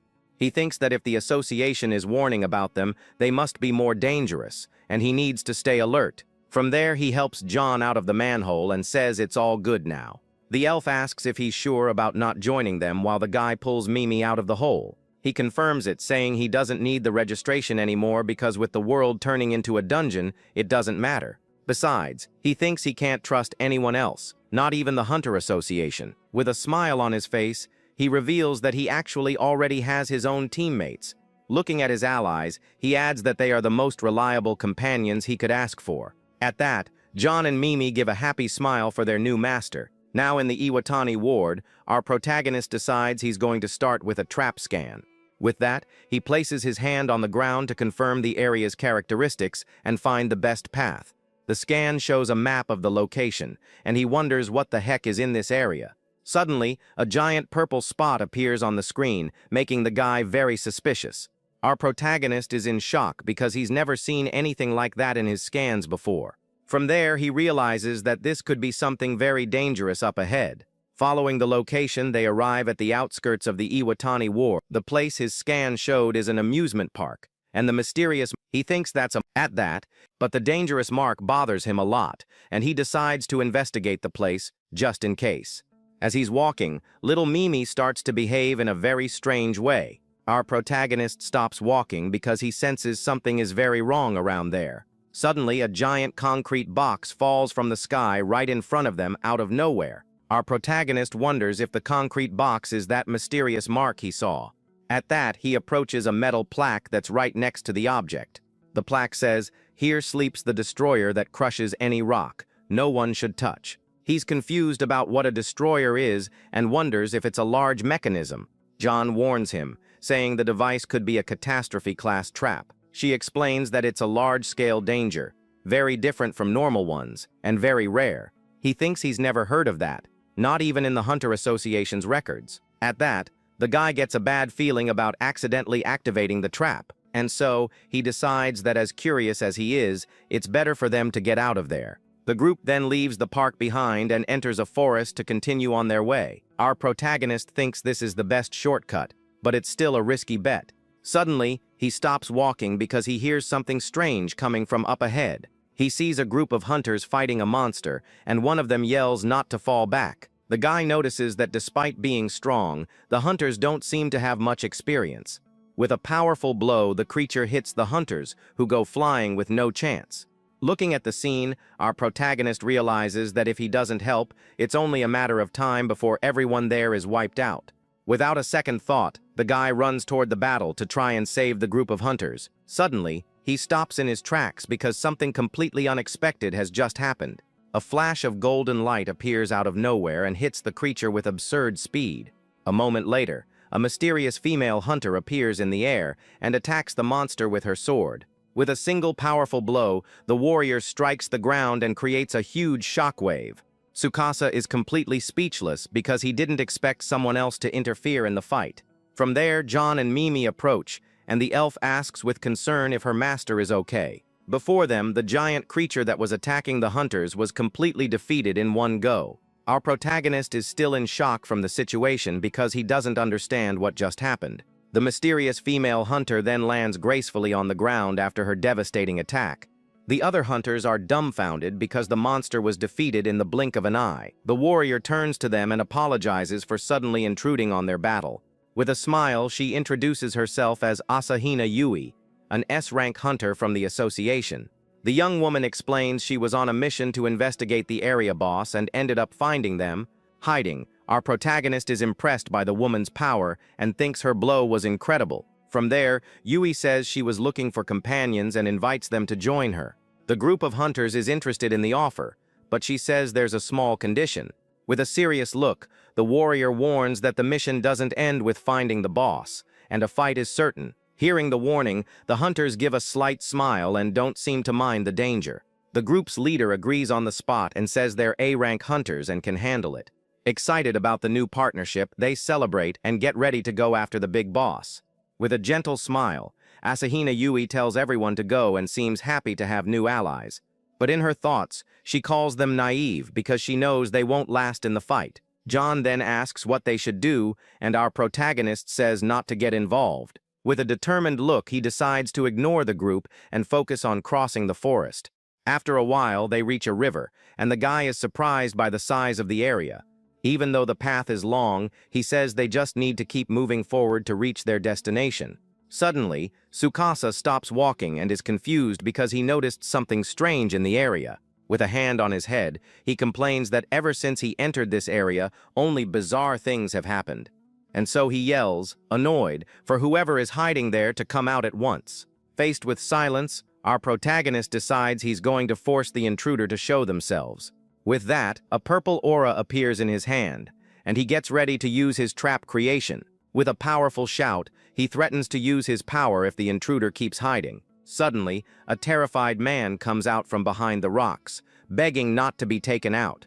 The guy says in desperation that he's just an ordinary civilian who was passing by. Next, he kneels on the ground and begs not to become monster food. Our protagonist is confused by what he said and wonders what he's talking about. A moment later, Mimi appears out of nowhere and scares the poor man even more. From there, he understands that with his strange companions, it's normal for the guy to be scared. With that, Tsukasa apologizes for the misunderstanding and says he's an independent hunter. The man is shocked by the revelation and asks if he's really a hunter. Upon confirmation, the guy clings to his leg and desperately begs for help. He explains that he got lost and asks our protagonist to take him to a safe place. Our hero thinks that's a problem because he's in a big hurry right now. Despite the rush, he thinks that monsters appear here, and it would be bad to just abandon the guy. With that, he remembers the group of hunters and thinks about asking them to protect the man.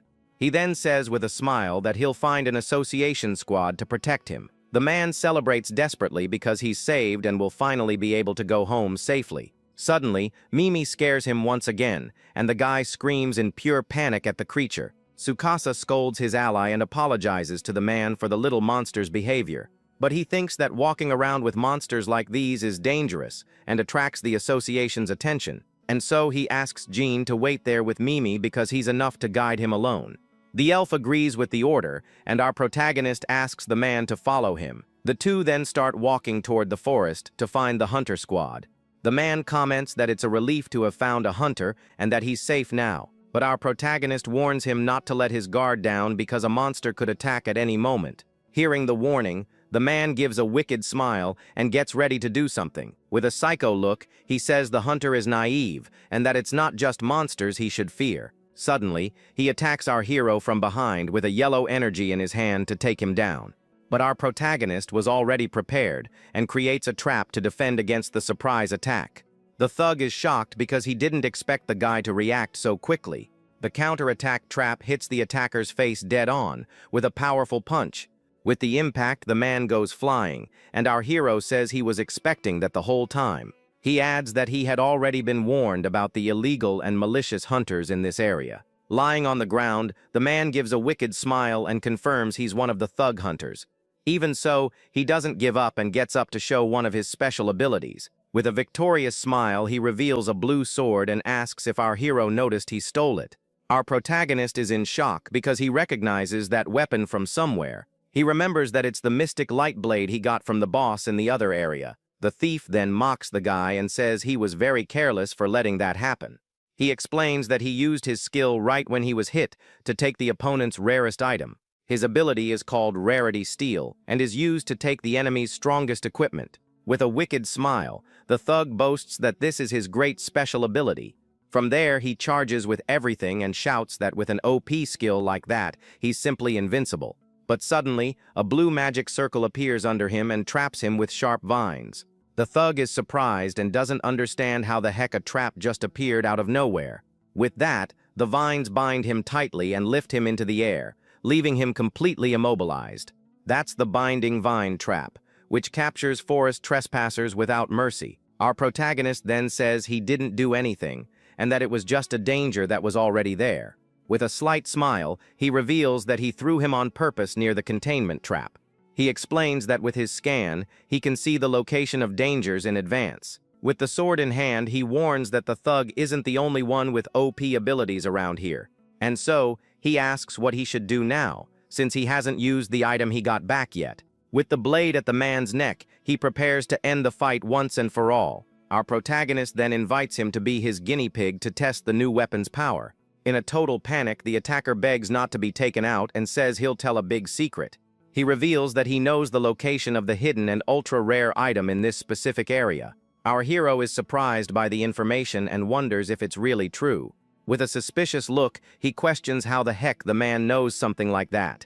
The man yells that it's true, and he knows where the hidden item is and asks to be let go. With a suspicious look, our protagonist asks if he really knows the location. Tsukasa thinks that he used the scan as soon as he entered but didn't find any likely spots. He reflects that if the item were in a place with a lot of traps, it would be much easier. Normally, rare items are protected by many dangers, and his skill is perfect for that. However, sometimes they're in remote places, and in that case his power doesn't help much. At that, he deduces that this time, the treasure is in one of those undetectable areas. Suddenly, John appears and asks with concern if her master is okay, and he calls her over. The elf explains she heard the sounds of battle and ran with Mimi to help in the fight. Our protagonist is happy with their concern and apologizes for the scare. He then explains to the elf that this guy is an illegal hunter he just captured. With that, John understands the situation and asks her master to leave the final blow to her. From there, the warrior readies her sword with a threatening look at the thug. The man's eye widens in pure terror as he realizes his end is near. Desperate, he yells for the elf to wait and asks them to listen because he has something to say. Desperate, the man yells that he saw a clue to the hidden item and that he's not lying. At that, our protagonist and Jean stare at the thug with a very suspicious look. To save himself, he starts to explain that he was looking for a hunter to ambush. The thug explains that for that, he walked deep into an isolated canyon. Suddenly, the cliff in front of him started to shake and move strangely. From there, a giant stone monster with red eyes appeared right in front of him. Impatient, Tsukasa asks what the heck that has to do with the hidden item. The man gets annoyed and calls him stupid, saying the answer to that is pretty obvious. He yells that a monster that's strong and tough must surely be guarding the treasure. Our protagonist finds the idea a bit too simplistic, but thinks it might be possible. With that, Jan warns her master that it's dangerous to believe the guy, but not impossible. She explains that to trick hunters, sometimes items are in simple places. Because of what John said, our hero decides that maybe it's worth believing him. Reluctantly, he draws his magic blade and prepares to go to that location. He announces that they're going to get the item because there's a chance it could help find Shiori. Our protagonist tells the thug to guide them to the stone monster without removing the vines. Suddenly, his eyes widen as he notices a strange glow in the middle of the forest. A moment later, the guy goes on alert at the sound of a blade cutting through the air. The golden glow approaches them at high speed, indicating a powerful attack. He turns around in shock because he didn't expect someone to just appear out of nowhere. The mysterious female hunter cuts the vines, and our protagonist jumps back to protect himself. With the blow, the trap is undone, and the thug finally manages to break free from the vines. John and Mimi run over worriedly, but Tsukasa says he's fine. The warrior then yells for him to stop because he's gone too far with his evil deeds. She says she heard about illegal hunters and is sure he's one of them. Our protagonist is shocked to realize she's the S-rank hunter who was looking for the boss. Meanwhile, John notices that the other hunters from her group have also appeared. The men surround the elf and little Mimi, preparing to attack them both at any moment. One of them yells that he's going to defeat the despicable illegal hunter and wipe them out. And so, he charges and attacks the little monster along with the other monsters in the area. Our protagonist yells for Jan to be careful because those guys have gotten it all wrong. The female hunter attacks, and the guy creates a shield trap to defend against the blow. The abrupt shield is a weak wooden trap that appears out of nowhere to block attacks. With difficulty, he manages to hold back the hunter's strength and grinds his teeth in pain. Jan shouts, worried about her master, but the hunter is unfazed by the scene. The young woman says the fact that he commands evil creatures is proof that he's evil. He yells for her not to jump to conclusions because she's fighting the wrong person. Meanwhile, the thug celebrates his luck and decides it's time to get out of there. John then asks if her master wants her to annihilate all those hunters. The female hunter is shocked and speechless at what the elf just said to them. At that, our protagonist forbids her and tells her to grab Mimi and get out of there now. Jan understands the order and says she will retreat from the location immediately to protect them. And so, she dodges the hunter's attacks with surprising agility. The men are in shock at her speed and yell that they can't catch her. The female hunter watches the scene with a serious and focused look on what to do next. With a sword strike, the hunter breaks the shield and prepares for the next attack. The other hunters watch from a distance as she charges toward our protagonist. The young woman then yells not to worry about the monsters and to surround the evil leader. Tsukasa faces the hunter with a serious look and doesn't seem intimidated by the situation. She praises him for letting his companions escape and staying behind to fight. From there, the warrior says it's now 4 against 1 and he has nowhere to run. Our protagonist tells her not to be mistaken because he didn't stay behind out of desperation. The female hunter is confused and doesn't understand what the heck he's trying to say. With a confident smile, he says that 1 against many is perfect for testing his new weapon. With a swift movement, the guy prepares to use the mystic light blade in battle. He then yells for the sword to dance wildly toward the unknown trap. The screen reveals that the weapon is a rare item with an invisible power and unknown effects. With a determined look, he thinks that the power of that weapon is still completely unknown, and so he says that now is the time to determine its true worth in combat. The other hunters mock him and ask what he can do with such a short sword. Their leader yells not to underestimate A-rank hunters and charges with everything. The female hunter then shouts for them to wait because attacking recklessly is dangerous. Unfazed, our protagonist activates his trap creation with a purple aura. From there, magic circles appear on the hunter's weapons, leaving them in shock. With a smile, he says this will be a test cut and gets ready to attack.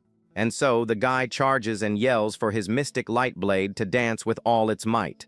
The pinball panic trap makes the weapons ricochet and hit their own owners. The female hunter is shocked because he creates traps out of thin air and is no ordinary person. With the impact of the blow, one of the hunters screams in pain from the unexpected attack. Lying on the ground, the others complain that their bodies are tingling from the hit. One of them then looks at his own arm and realizes something is very wrong. In a panic, the guy yells that it's poison and that he's been hit by a poison attack. Our protagonist's blade glows with a purple aura, revealing its true power. He then understands that the weapon's power is to inflict negative status effects on those it cuts. But since it's an ultra-rare item, he believes the effect can't be just that. Suddenly, Tsukasa goes on alert as the female hunter charges at him with everything she's got. The warrior attacks with her golden sword, and our protagonist defends with his blade. She yells that his spree ends here and that he won't hurt anyone else on her watch. With a precise blow, the young woman deflects the short sword he threw in her direction. Our protagonist is surprised because his weapon was easily thrown away. Without wasting time, he activates his trap creation for a new attack plan. With that, the blade starts to move strangely, controlled by magic strings. The weapon glows with an intense blue aura and prepares for its next move. The puppet move trap makes the weapon hit her in the back by surprise. She despairs because she missed the attack and realizes she's been hit by poison. However, this time it's not poison, but an ice attack that freezes her shoulder. With a smile, Tsukasa understands that the blade's color changes the attack's effect. The dagger can freely change attack attributes like poison or freeze. The female hunter prepares to continue the fight despite the negative effects. She yells that the freeze won't stop her and that she's going to use a serious technique.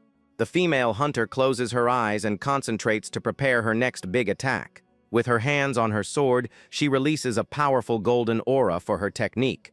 And so, the warrior uses her secret sword, the slashing aura dance with everything. Our protagonist is shocked by the energy and realizes he can't dodge everything. With no choice, he tries to block the attacks with his blade, but the force is too much. With the impact of the blow, his weapon goes flying with no chance of holding on. From there, the warrior charges with everything to finish the fight once and for all. Unarmed, our hero watches his blade fly and realizes he's in trouble. With a swift movement, the female hunter manages to catch his weapon in the air with ease. With a victorious smile, she says she's caught the evil sword and that it's hers now. The young woman then warns that he's unarmed and at a disadvantage, telling him to surrender. Suddenly, the warrior is in shock as a white smoke surrounds her out of nowhere. The sword in her hand turns into a branch, and she realizes she was tricked by a fake item. Her eyes widen in pure shock as she fell right into his trap. A moment later, our protagonist appears behind her with the real weapon, ready to attack. With a precise blow, he hits the hunter's back, who screams in pain from the attack. He then apologizes and reveals that the real sword was in his hand the whole time. Our protagonist says the opening to create the trap was when she closed her eyes. The warrior doesn't give up and yells that as an S-rank hunter, the fight isn't over yet. Suddenly, the blade's effect hits her, and she falls to her knees on the ground, completely drained of strength. He tells her not to push herself because she can't even stand up straight anymore. Tsukasa reveals that the attack inflicts paralysis and makes any movement impossible. And so, he tells her and the others that he won't hurt them anymore, and to rest. The female hunter is confused and asks why he's showing them so much mercy. He says he has no intention of finishing them and just wanted to end the pointless battle. With a serious look, our protagonist says he won't do anything else, and that she can relax. From there, he approaches her and asks her to believe that he's not an illegal hunter. She agrees and says the fact that he's not finishing them is the biggest proof that he's not evil. The warrior then tries to apologize for the misunderstanding, but a strange noise interrupts them.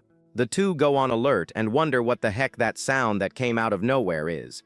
The sound was actually the ground shaking with the arrival of a gigantic creature. At that, the stone monster the thug mentioned appears and faces the two. Our protagonist is in shock at the creature's size and wonders what it is. The female hunter then warns that this is, without a doubt, the true boss of the area. With that, she shows her high-performance sensor, which confirms the monster's identity. In the distance, the thug who escaped also realizes that this is the area's boss. Our protagonist turns and sees the illegal hunter who had run away earlier, running.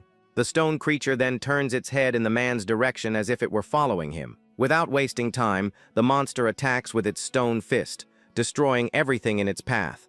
With the force of the impact, the illegal hunter is sent flying and screams in pain. Lying on the ground, he begs for help in complete despair at the dangerous situation. Suddenly, a purple light appears in front of him, and he's startled by the figure that appears. With a serious look on his face, our protagonist faces the man, who is paralyzed with fear.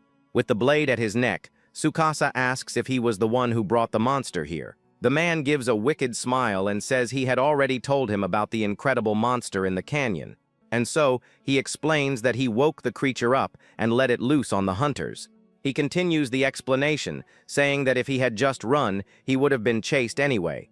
At that, the man reveals that he thought about using the monster to buy time and escape. However, his calculations were wrong, and he ended up being the only one chased by the creature. Our protagonist is annoyed that he did all that even knowing it was the boss. Suddenly, he spins around on alert because the giant creature is about to attack again. The stone monster raises its fist and prepares to crush them both with everything. With a powerful blow, the creature hits the ground, and our protagonist dodges by a hair. The female hunter then yells for everyone to fall back because they can't fight in this state. One of the hunters panics and screams in desperation at the dangerous situation. The warrior realizes that the darn monster is aiming for them now. Without wasting time, Tsukasa activates his trap creation to get the beast's attention. With a magic circle, he prepares to use one of his attacks and provoke the monster. He then yells for the rockhead to come at him because his opponent is him. The female hunter is confused by the guy's attitude and wonders what he's doing. With a furious look, the stone monster faces our protagonist and follows him closely. And so, he yells for the creature to follow him because his plan is just beginning. He thinks he needs to lead the monster to a place that's easier to fight in and away from the others. From there, the guy runs, and the boss follows, destroying everything in its path. Meanwhile, John and Mimi are at a river, and the elf senses that something is wrong.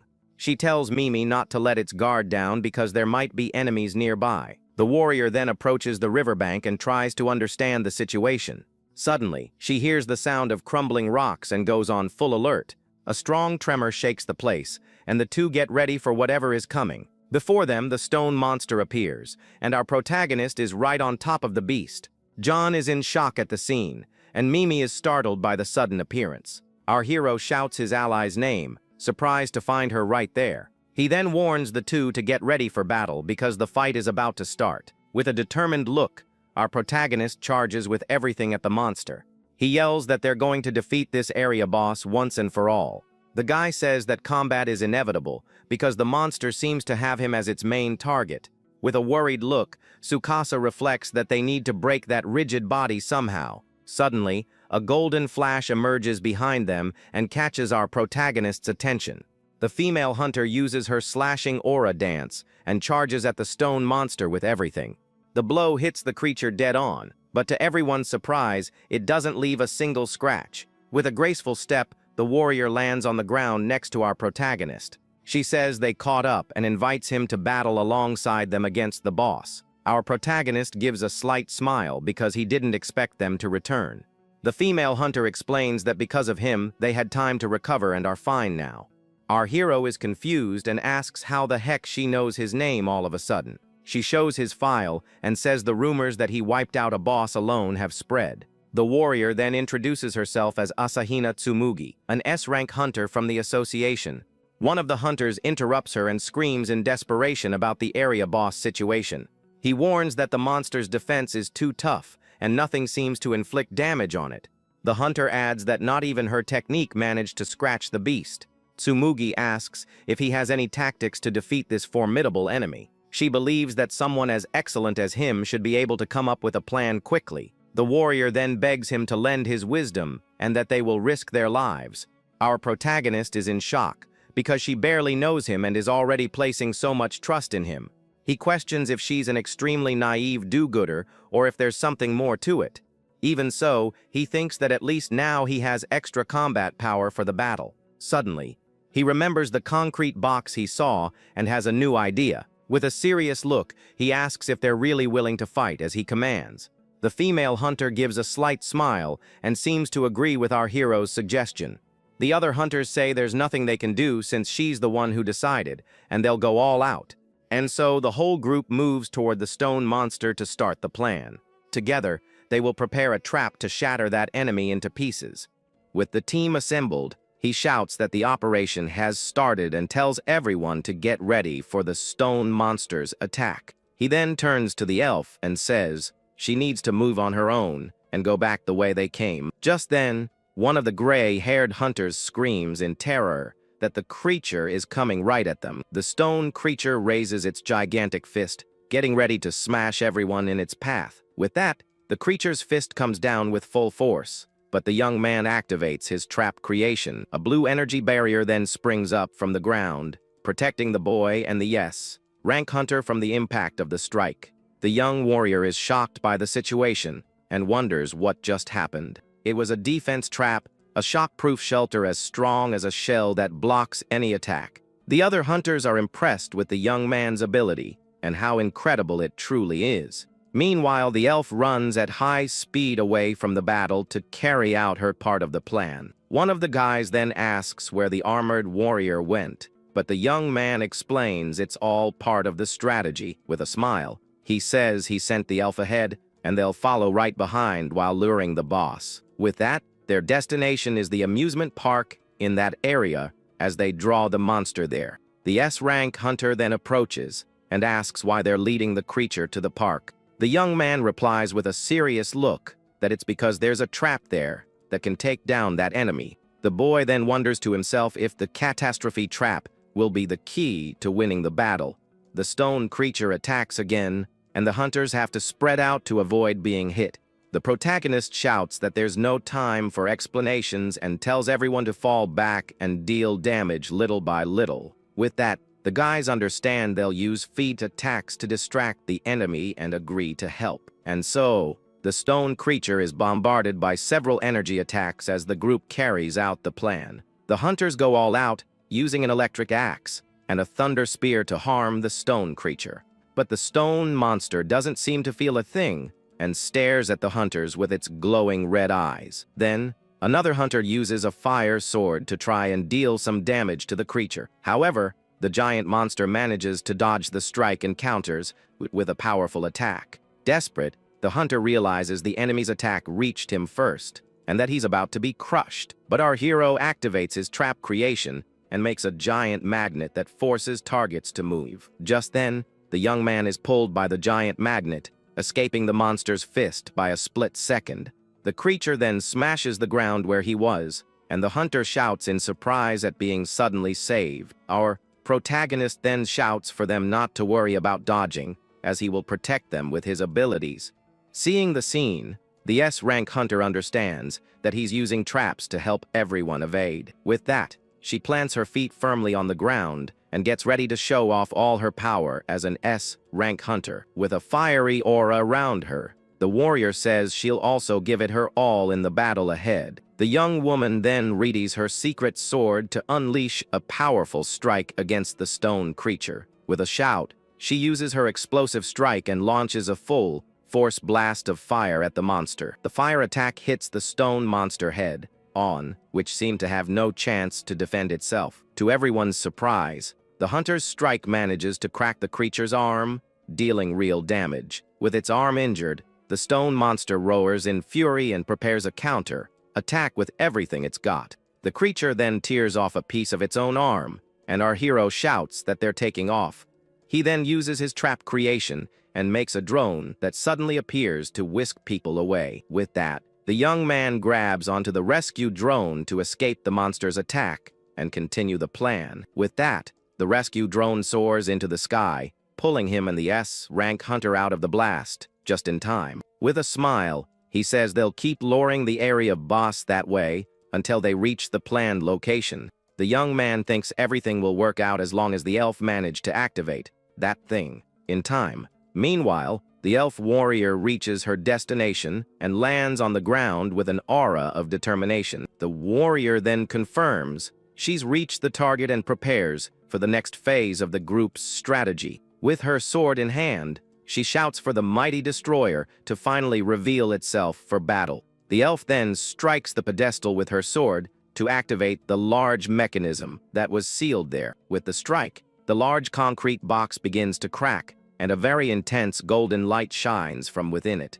Back at the battle, one of the hunters runs desperately as the stone creature chases him. Out of breath, the young man complains that his stamina is running out, and he won't last much longer. The creature then tries to smash another hunter, but two purple portals appear to save him at the last second. The young man is teleported by the spatial distortion, which unexpectedly transports him to another location. The young warrior helps the rescued hunter and celebrates that the rescue was a success and everyone is safe. The protagonist says they're almost out of the forest and that everyone has done a great job so far. He then turns to his little monster and says he'll leave the rest to it, telling it to run to the park. The little chest then uses a smoke candle that attracts monsters to get the stone creature's attention. With that, the stone monster starts chasing the little chest, which runs at high speed away from the group. In the air, the protagonist spots the amusement park and realizes they're almost at their final destination. The stone creature follows them to the park, and the young man shouts for it to keep coming in that direction. The scene then shifts to the elf, who is on top of a golden structure, waiting for the monster with a smile. The elf warrior stands before the large concrete box, which is now cracked and glowing. The scene then changes to the amusement park, where an ice cream truck is playing loud music. Just then, the stone monster lands forcefully on the park ground, breaking everything with the impact. The giant creature arrives right where the little chest was luring it with the special smoke. With the force of the landing, the little monster is thrown far away with no chance to defend itself.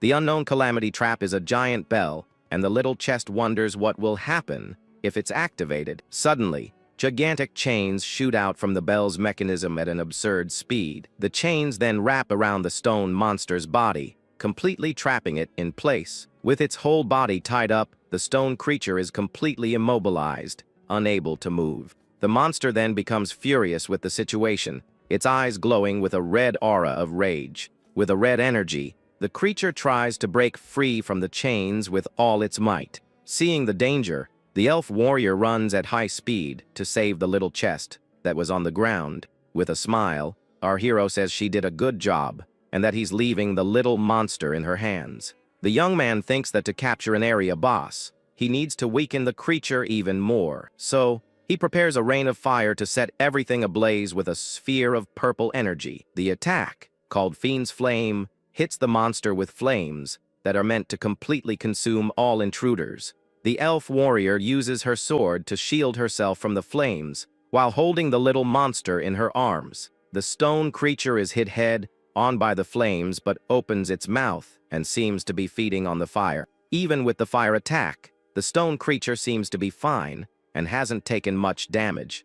The young man then reflects that it doesn't matter what it is, as long as it can be considered a trap. He says that the trap will become a weapon for him, the master of traps. With that, the giant bell smashes the stone creature with absurd force. Fallen on the ground, the stone monster groans in pain from the devastating impact of the blow. Just then, a large red explosion occurs, and our hero watches everything from above. The other hunters arrive, and the young warrior asks in shock what just happened. The young man then lands with his drone and faces the group, who watch him with admiration. He explains that the monster was taken down by the trap, and that the area is now safe. With that, everyone celebrates the defeat of the area boss with shouts of joy. The S-rank hunter is surprised and thoughtful about the situation she just witnessed. The battle site is now full of items, and the warrior wonders what they are. She picks up an item and deduces that they scattered when the monster's body broke apart. The other guys realize they can take as many items as they want and get very excited. Meanwhile, the little chest monster eats some of the items with a happy sound. The protagonist then notices a shiny object on the ground and wonders what it could be. He picks up the object and realizes it looks like a bracelet with a very intense glow. With that, a blue light emanates from the bracelet as he holds it with a surprised look. The screen reveals it's the bracelet of celestial perception, used to see the status of others. The young man is shocked and wonders if he can really see the status of other hunters. He remembers that this is impossible, as normal equipment can only measure one's own status. With a determined look, he faces the other hunters, ready to test his new power. He wonders if he should try, and with that, he puts the new bracelet on his wrist to test it. A blue energy aura then surrounds him, and he activates the bracelet's power with a determined look. The analysis reveals that the S-rank hunter has high stats, but her mana is surprisingly low. He understands that she hides this weakness with her swordsmanship and combat techniques. The young man realizes that exposing an opponent's weakness is like a cheat, and this goes beyond a normal item. He turns to his elf companion and asks if that's an ultra-rare hidden item, and she confirms. The warrior explains that the item was hidden inside the body of the very area boss they defeated. Just then, he remembers the illegal hunter saying there was a treasure near the stone monster. The young man concludes that the criminal's speculation wasn't entirely wrong, and he was kind of right. Suddenly, the S-rank hunter's communicator starts beeping, and she looks at the device on her wrist. She then tells everyone they're receiving a transmission, and that it must be a message from headquarters. The young woman says the interference vanished after the boss's defeat, and that there might be new information. A holographic screen appears, and a man announces that this is a declaration from the independent state of Afterbreak. The man then declares with a furious look that they have taken down all the units the association sent. He shouts that their victory is absolute, and that all the hunters were wiped out in the battle, The man then warns in a threatening tone that any interference will result in more losses for their side. The warrior realizes the transmission isn't from headquarters, but a signal hijack from the rebels of the West District. The young man remembers that the West District is the independent state he saw on the communications system. With a serious look, he wonders if they are the ones behind that suspicious transmission he saw earlier. He then despairs, as the battle has already begun, and his sister Nana is right in the middle of that chaos. On the screen, the rebel leader shouts that any invader will be taken down without mercy, as that's the law of their independent nation. With that, the other hunters are in complete shock, wondering what kind of crazy broadcast that is. The blonde warrior looks startled at the holographic display and says she has no idea what's going on either. She then explains this means the squad sent to investigate the area was completely wiped out, and things are looking grim. At that moment, the woman turns to ask for our hero's opinion on the matter, but notices that he has simply vanished. The other guys in the group are also confused, reporting that his monster allies disappeared with him without a trace. But the huntress just gives a slight smile and thinks to herself how that young man is truly full of surprises. Meanwhile, the scene cuts to the border of the West District, where the river runs through the forest, and the boy is running non-stop. His steps kick up water as the young man rushes forward at high speed, trying to reach his destination as soon as possible. He runs alongside the elf warrior and the small chest, setting the pace and stating that they have no time to waste standing around. With a determined look, the protagonist thinks that he needs to get to the West District and rescue his sister before this mess gets any worse. Soon, the trio arrives at the edge of a cliff where they can see the vast modern metropolis right below them.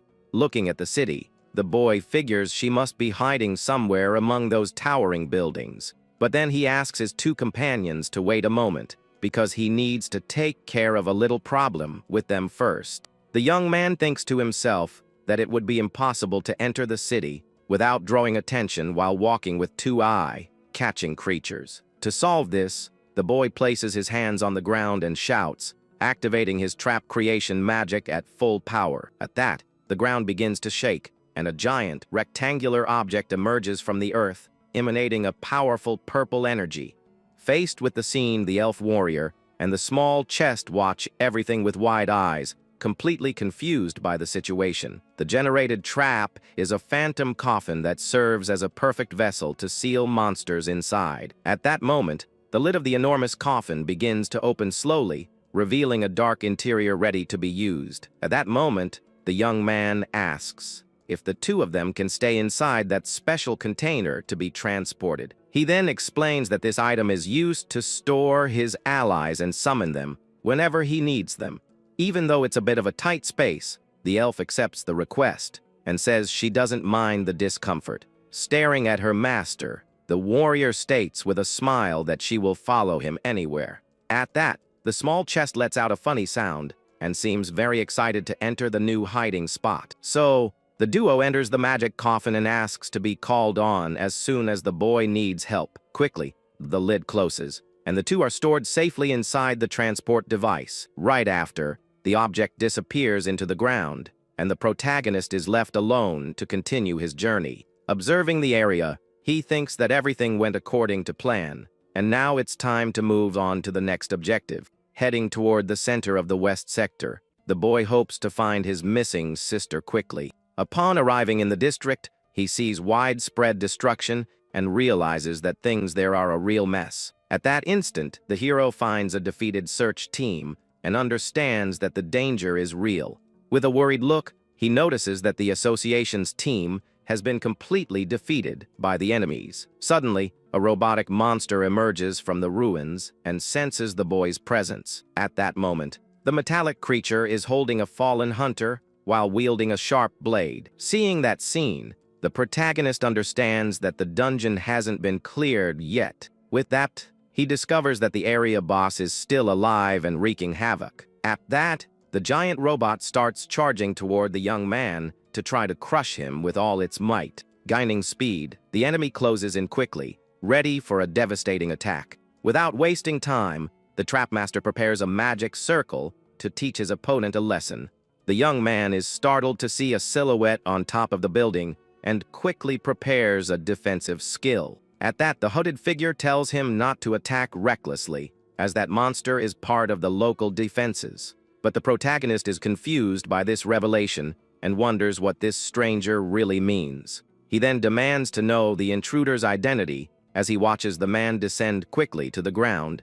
The stranger tells the boy to be quiet and follow him, explaining that the explanations can wait. With that, the hooded figure reveals that he was under specific orders to let only our hero pass. We then see that the place looks surprisingly organized, even with people serving fresh fruit on golden platters. He walks right behind the guide, passing by a giant creature guarding the entrance to that specific sector. But the boy is shocked to see various monsters roaming freely through the streets as if it were normal. He thinks that the beasts are either dominating the humans or living in a very bizarre and unsettling harmony. At that instant, a mysterious voice speaks up, correcting his thought and calling the boy by his full name. Then we see a vast hallway lined with robots, while an imposing figure waits at the far end of the room. He asks who the person is and how that stranger managed to discover his true identity so quickly. At that, the man walks forward and claims to be the supreme ruler of this entire independent nation. The figure then approaches and reveals himself to be the true king of this territory as the robotic guards watch. He introduces himself as Dada Jimagen and says he hopes they can get along from now on, but the protagonist recognizes that face from the earlier broadcast and becomes tense when he confirms he is the great leader.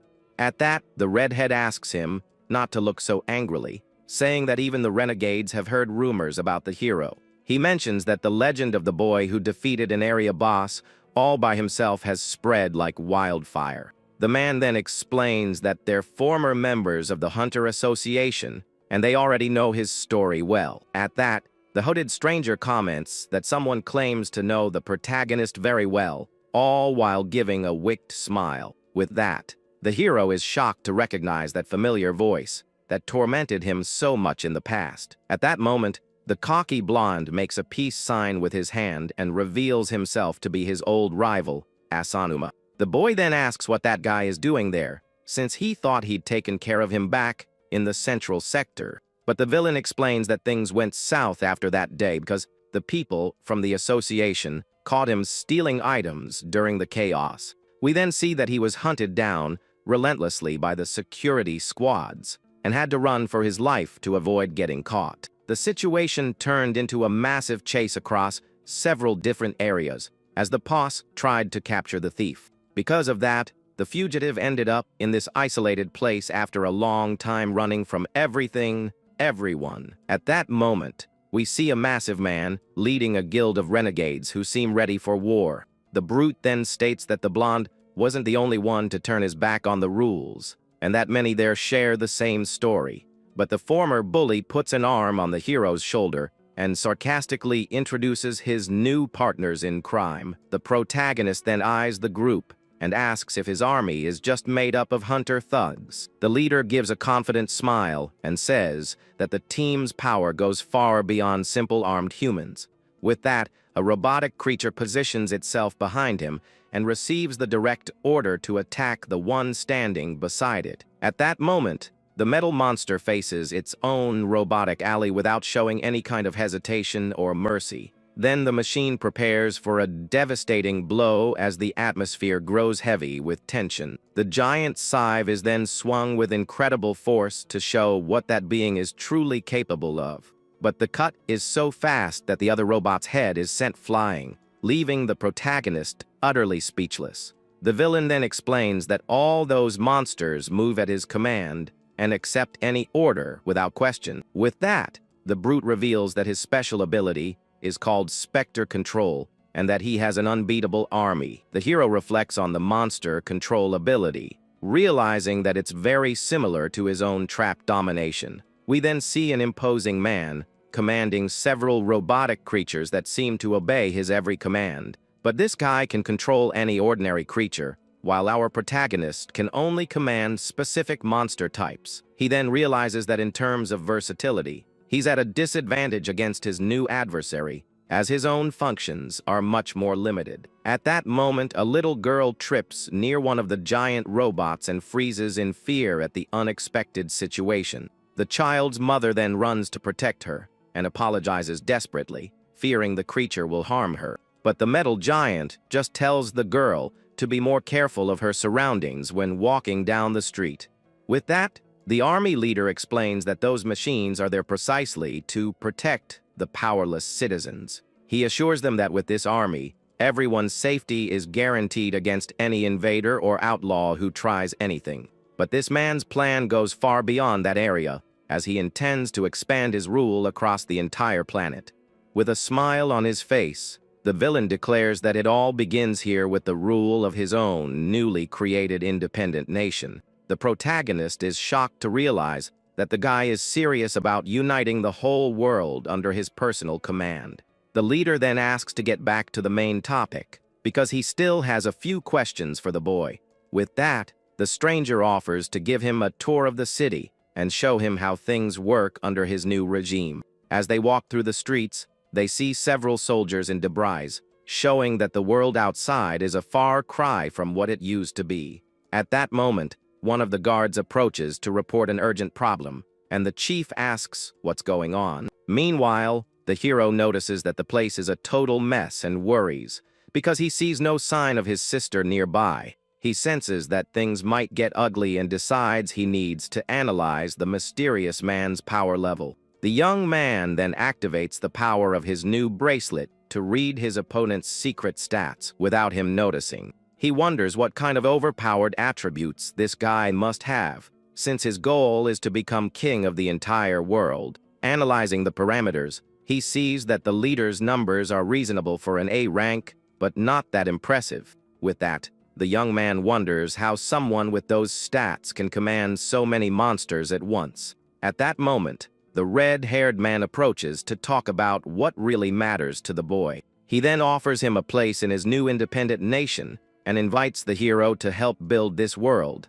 But the protagonist just stares at the villain with a serious expression, full of doubt about the strange proposal. The young man then responds directly that he refuses the invitation and has no intention of joining the criminal group. At that instant, he states that the world the man is trying to create is nothing but a living hell for people. The leader then regrets the answer, reminding him that he'd only make the invitation once before taking action. With that, the enemy extends his hand and activates a powerful ability that makes red chains appear out of nowhere. Trapped by the chains, the boy tries to react, but realizes the item is much stronger than he imagined. At that moment, the hero notices that the magical object is meant to completely seal the use of any ability. The villain comments that it's a waste to eliminate someone so talented, but he won't accept anyone who opposes his ideals. The soldiers then approach, as the leader points to the prisoner, who is completely subdued. He shouts for all to hear that the invader will be dealt with in the cruelest way possible for refusing the offer. At that moment, the executioner orders them to take the protagonist to the execution field, and the young man is startled. Walking through the rebel, the group leads the prisoner away while the nation's chief walks ahead with confidence. The boy regrets letting his guard down, not expecting them to have such a rare magic sealing item. He realizes that this Dojima guy seemed to have high expectations for his potential before the refusal. But the hero concludes that the man is just a crazy tyrant for sending someone to their end over so little. At that moment, a gray-haired guy approaches to mock the situation, saying he made a very poor choice. He continues to taunt him, saying the protagonist could have even become a minister if he had accepted. Looking to the side, the young man pretends to agree, saying he really made a huge mistake back there, but he quickly clarifies that his mistake wasn't refusing the alliance with that band of dangerous criminals. The boy then states that his real mistake was getting involved with trash like them in the first place. With that, the protagonist forcefully kicks a soda can that was lying on the ground.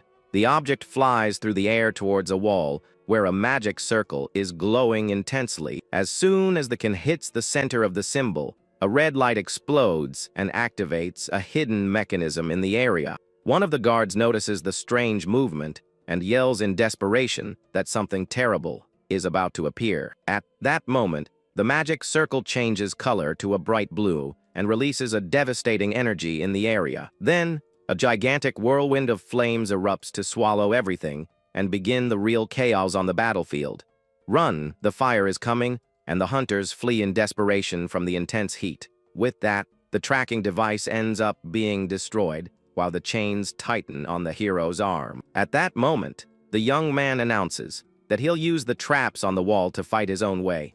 He had already mapped out every danger in that area before even entering the big city. The iron chains then break with ease, freeing the protagonist from that prison. Now free, the boy decides he needs to find his sister as quickly as possible, but the sound of footsteps behind him puts the young man on high alert. At that, his rival appears and says the trap master has finally met his match. The villain lets out a crazy laugh and says a boring execution would have been no fun at all. He guarantees he's not a weakling anymore and shows his gleaming sword to start the duel. With a swift move, the enemy uses his new tornado ability to attack with everything he's got, but the protagonist prepares to counter, attack without showing a hint of fear. The two clash in mid-air as the boy notices that his opponent is much faster. With that, a precise cut hits the blonde's arm, leaving the boy surprised by the blow. But the bully looks at the wound and tells the hero not to get cocky over a simple scratch. The young man then replies that it's far from just an ordinary injury. At that instant, the villain looks at his own hand and starts to feel something strange. He's in shock as he sees his arm turning to stone and can't understand a thing. With half his body petrified, the opponent panics as he realizes he's losing his movement. This is the power of the Mystic Blade, which applies negative effects to anyone it cuts. The bracelet on the hero's wrist glows, revealing that the analysis system is working. The screen shows that the enemy has even leveled up, but is still inferior to the protagonist. With a serious look, the young man declares that the fight is over and his rival has been defeated. Even as a statue, the blonde shouts that the city is full of dangerous enemies. Suddenly, two giant robots with glowing red eyes appear right behind the boy. He looks back and is startled by the size of those combat machines. With that, the hero realizes he made too much noise and attracted the attention of the entire enemy army. Fighting so many opponents now would be a terrible idea and would put him at a complete disadvantage. At that moment, the young man starts running to try and lose the metal guard chasing him. He then uses his trap creation to generate a teleportation portal and escape from there. At that instant, a foot steps through a purple energy portal in the middle of a dark corridor. With that, two giant robots with glowing red eyes are standing by, ready for combat. He looks quite exhausted as he observes his surroundings with a very serious expression. Walking through the sewer tunnels, the young man realizes that this place is the most dangerous spot in the entire region. At that moment, the protagonist notices that there are deadly traps scattered in every corner of this underground structure.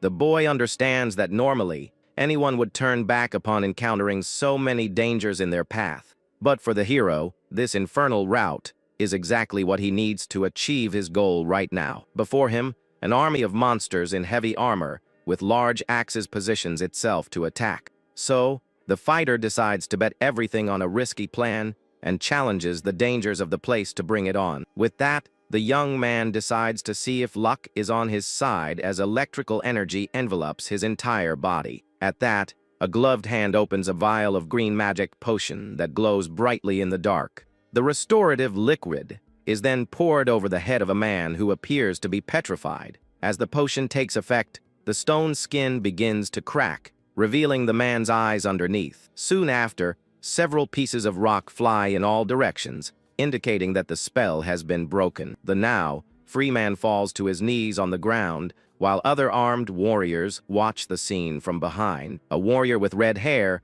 and an animal skin cape glares at his subordinate with a superior and intimidating look. Trembling with fear, the subordinate apologizes to his master for failing to capture the target who escaped. But the red-haired leader remains calm, stating that he had already planned the next step of this chase. He then asks the reconnaissance unit if they have finally found the fugitive's trail. With that, one of the scouts confirms that the tracking magic worked and located the boy in the underground tunnels. At that moment, the villain wonders why his target would still be hiding in that sewer for so long. His henchman then suggests that the best thing to do is wait at the exit of the passage to set up an ambush.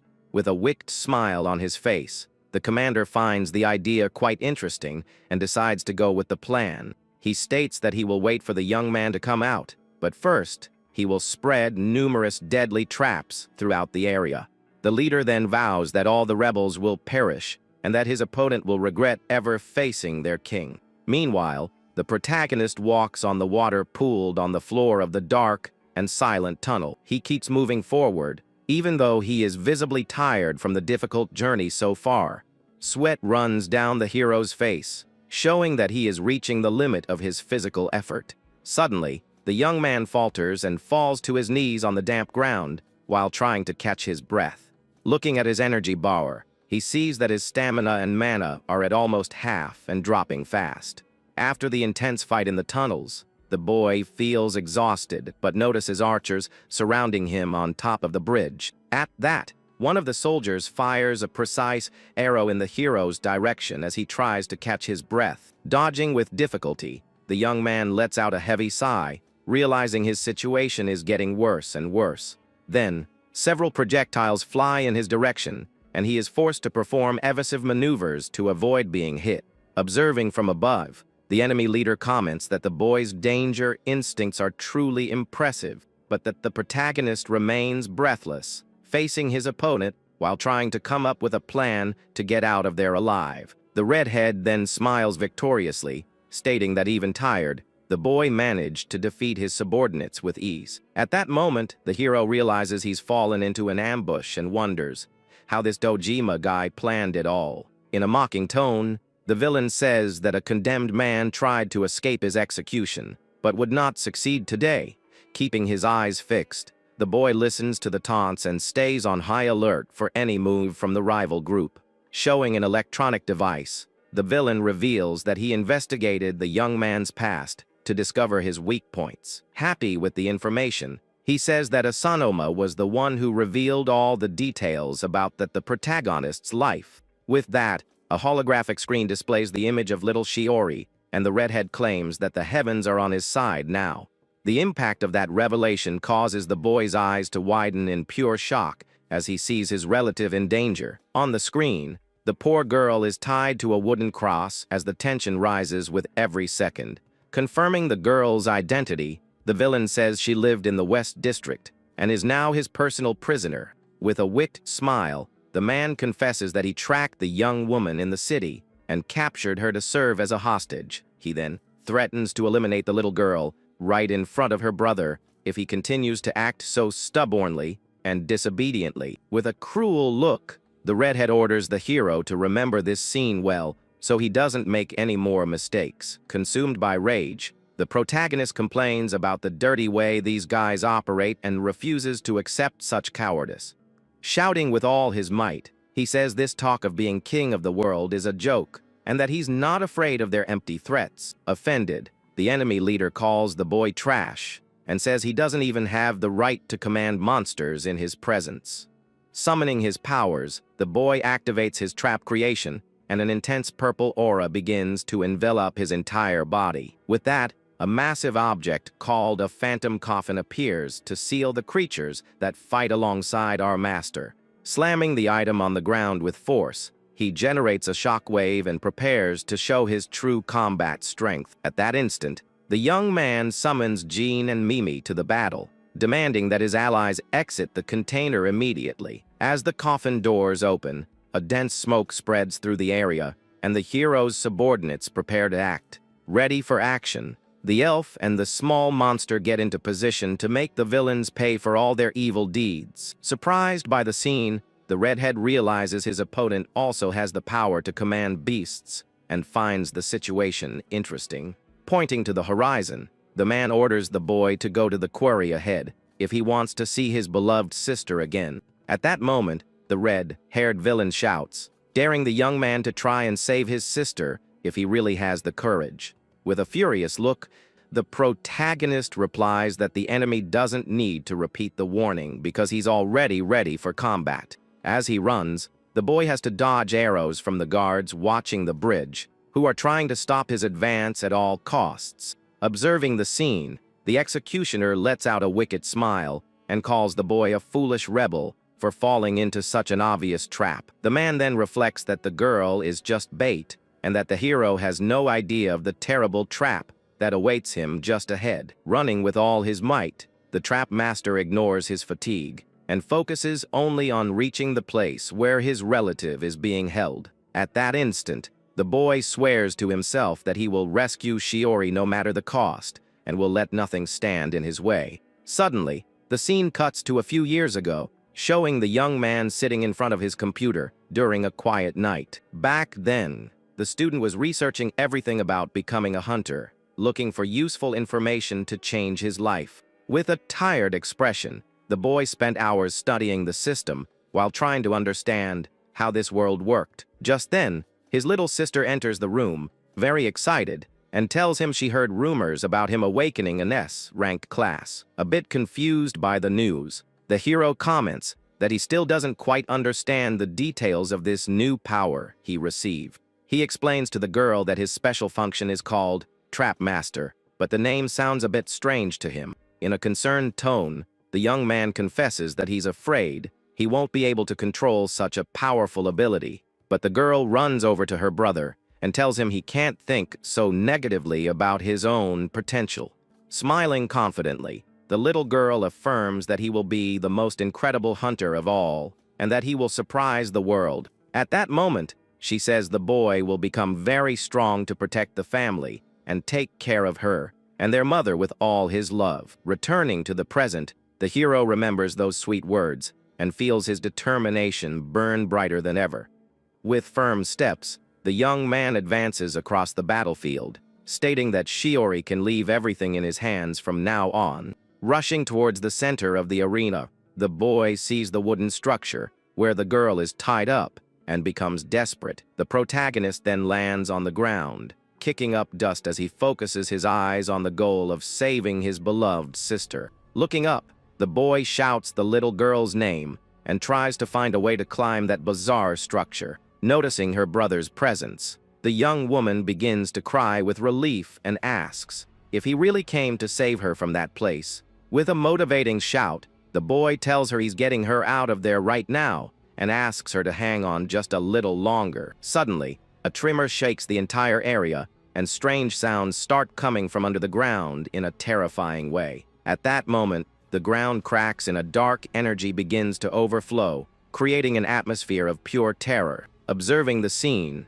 the girl is paralyzed with fear as she realizes that something gigantic is emerging from the depths. With a deafening roar, an immense, multi-headed hydra emerges from the ground and positions itself as a deadly obstacle. The trap master is in shock at the size of the beast and wonders if that monster is the local area boss. Just then, the villain reappears, laughing loudly, and asks if the boy really thought he would hand over the hostage without an epic fight first. The smug blonde claims that his master can make even the area boss surrender without any difficulty. With that, the hero becomes completely apprehensive as he watches the silhouette of a giant beast appearing in the background.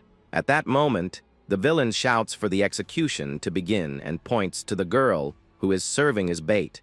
He sees his sister tied to a wooden cross as a giant red dragon approaches to attack. The boy then tries to activate a protection spell, but realizes the distance is too great to help. The monster opens its immense maw to devour little Shiori, as a sense of despair takes over the scene. Seeing the danger up close, the young woman begins to cry and closes her eyes, expecting the worst from that creature's impact. But a direct hit strikes the beast's head, causing the attack to be interrupted unexpectedly. Watching the scene, the blonde celebrates, thinking his elimination plan worked, and feels a wicked sense of pride. Suddenly, the beast starts acting strangely and seems to be choking on something very solid. The system then announces that a fake iron ball was placed in the path to deceive the dragon's senses. With that, the boy appears carrying his sister in his arms as a dense smoke covers their trail. He asks if the girl is hurt and assures her that she is now completely safe under his personal protection. At that moment, the girl asks if her brother came alone to rescue her from that dangerous place. The hero smiles and remembers that he made a solemn promise that he would always be there to save her from any situation. He then states that he'd become the strongest hunter of all, but is suddenly interrupted by something fast. At that instant, several magic chains appear out of nowhere and begin to wrap around the young man's body with great force. The boy realizes that this special item is used to seal his powers, leaving him unable to fight. At that, his rival approaches, laughing, and comments that the protagonist was careless to let his guard down at that moment. With a victorious look, the villain explains that his adversary can no longer use any of his abilities. He gets angry as he realizes he fell into a well-planned trap set by his old enemy. At that moment, Shiori realizes that her capture was just bait used to lure and neutralize her savior. The blonde then gives a sinister smile and states that even though the hero got stronger, he's still knave. Just then, a gigantic multi-headed creature appears behind the villain, demonstrating overwhelming power. Desperate, the young man orders his sister to flee from there immediately so she doesn't get caught in the middle of the deadly chaos. He explains that he already knew it was all a setup, but he swore to save the girl even if it cost him his life. With that, the colossal monster lets out a powerful roar as the pair watches the shadow of doom loom over them. At that instant, the girl refuses to abandon the boy, stating that she won't leave him alone in this situation. Then, an intense light begins to shine between the two as the enemy prepares for the final blow. The hero shouts again for the young woman to run and not look back, because he needs to settle things quickly. At that moment, a colossal beast charges a red energy attack to destroy everything around it. We then see the hero and his sister bound by magic chains as they watch the danger approach. Suddenly, a massive explosion occurs, and the multi-headed monster begins its total rampage. With that, the blonde rival is thrown far away by the impact of that overwhelming force. At that instant, the young man and the girl look startled at someone walking through the smoke. We then focus on the firm steps of a person arriving on the battlefield to change their fate. But soon, the blonde warrior draws her sword and announces that she has come as reinforcement to save the group. The boy is surprised by the unexpected visit and wonders what she is doing in this dangerous area. He then thanks her for saving him once again, while the fallen enemy tries to recover from the shock. But the traitor gets up in a panic and shouts that he can't believe this turn of events.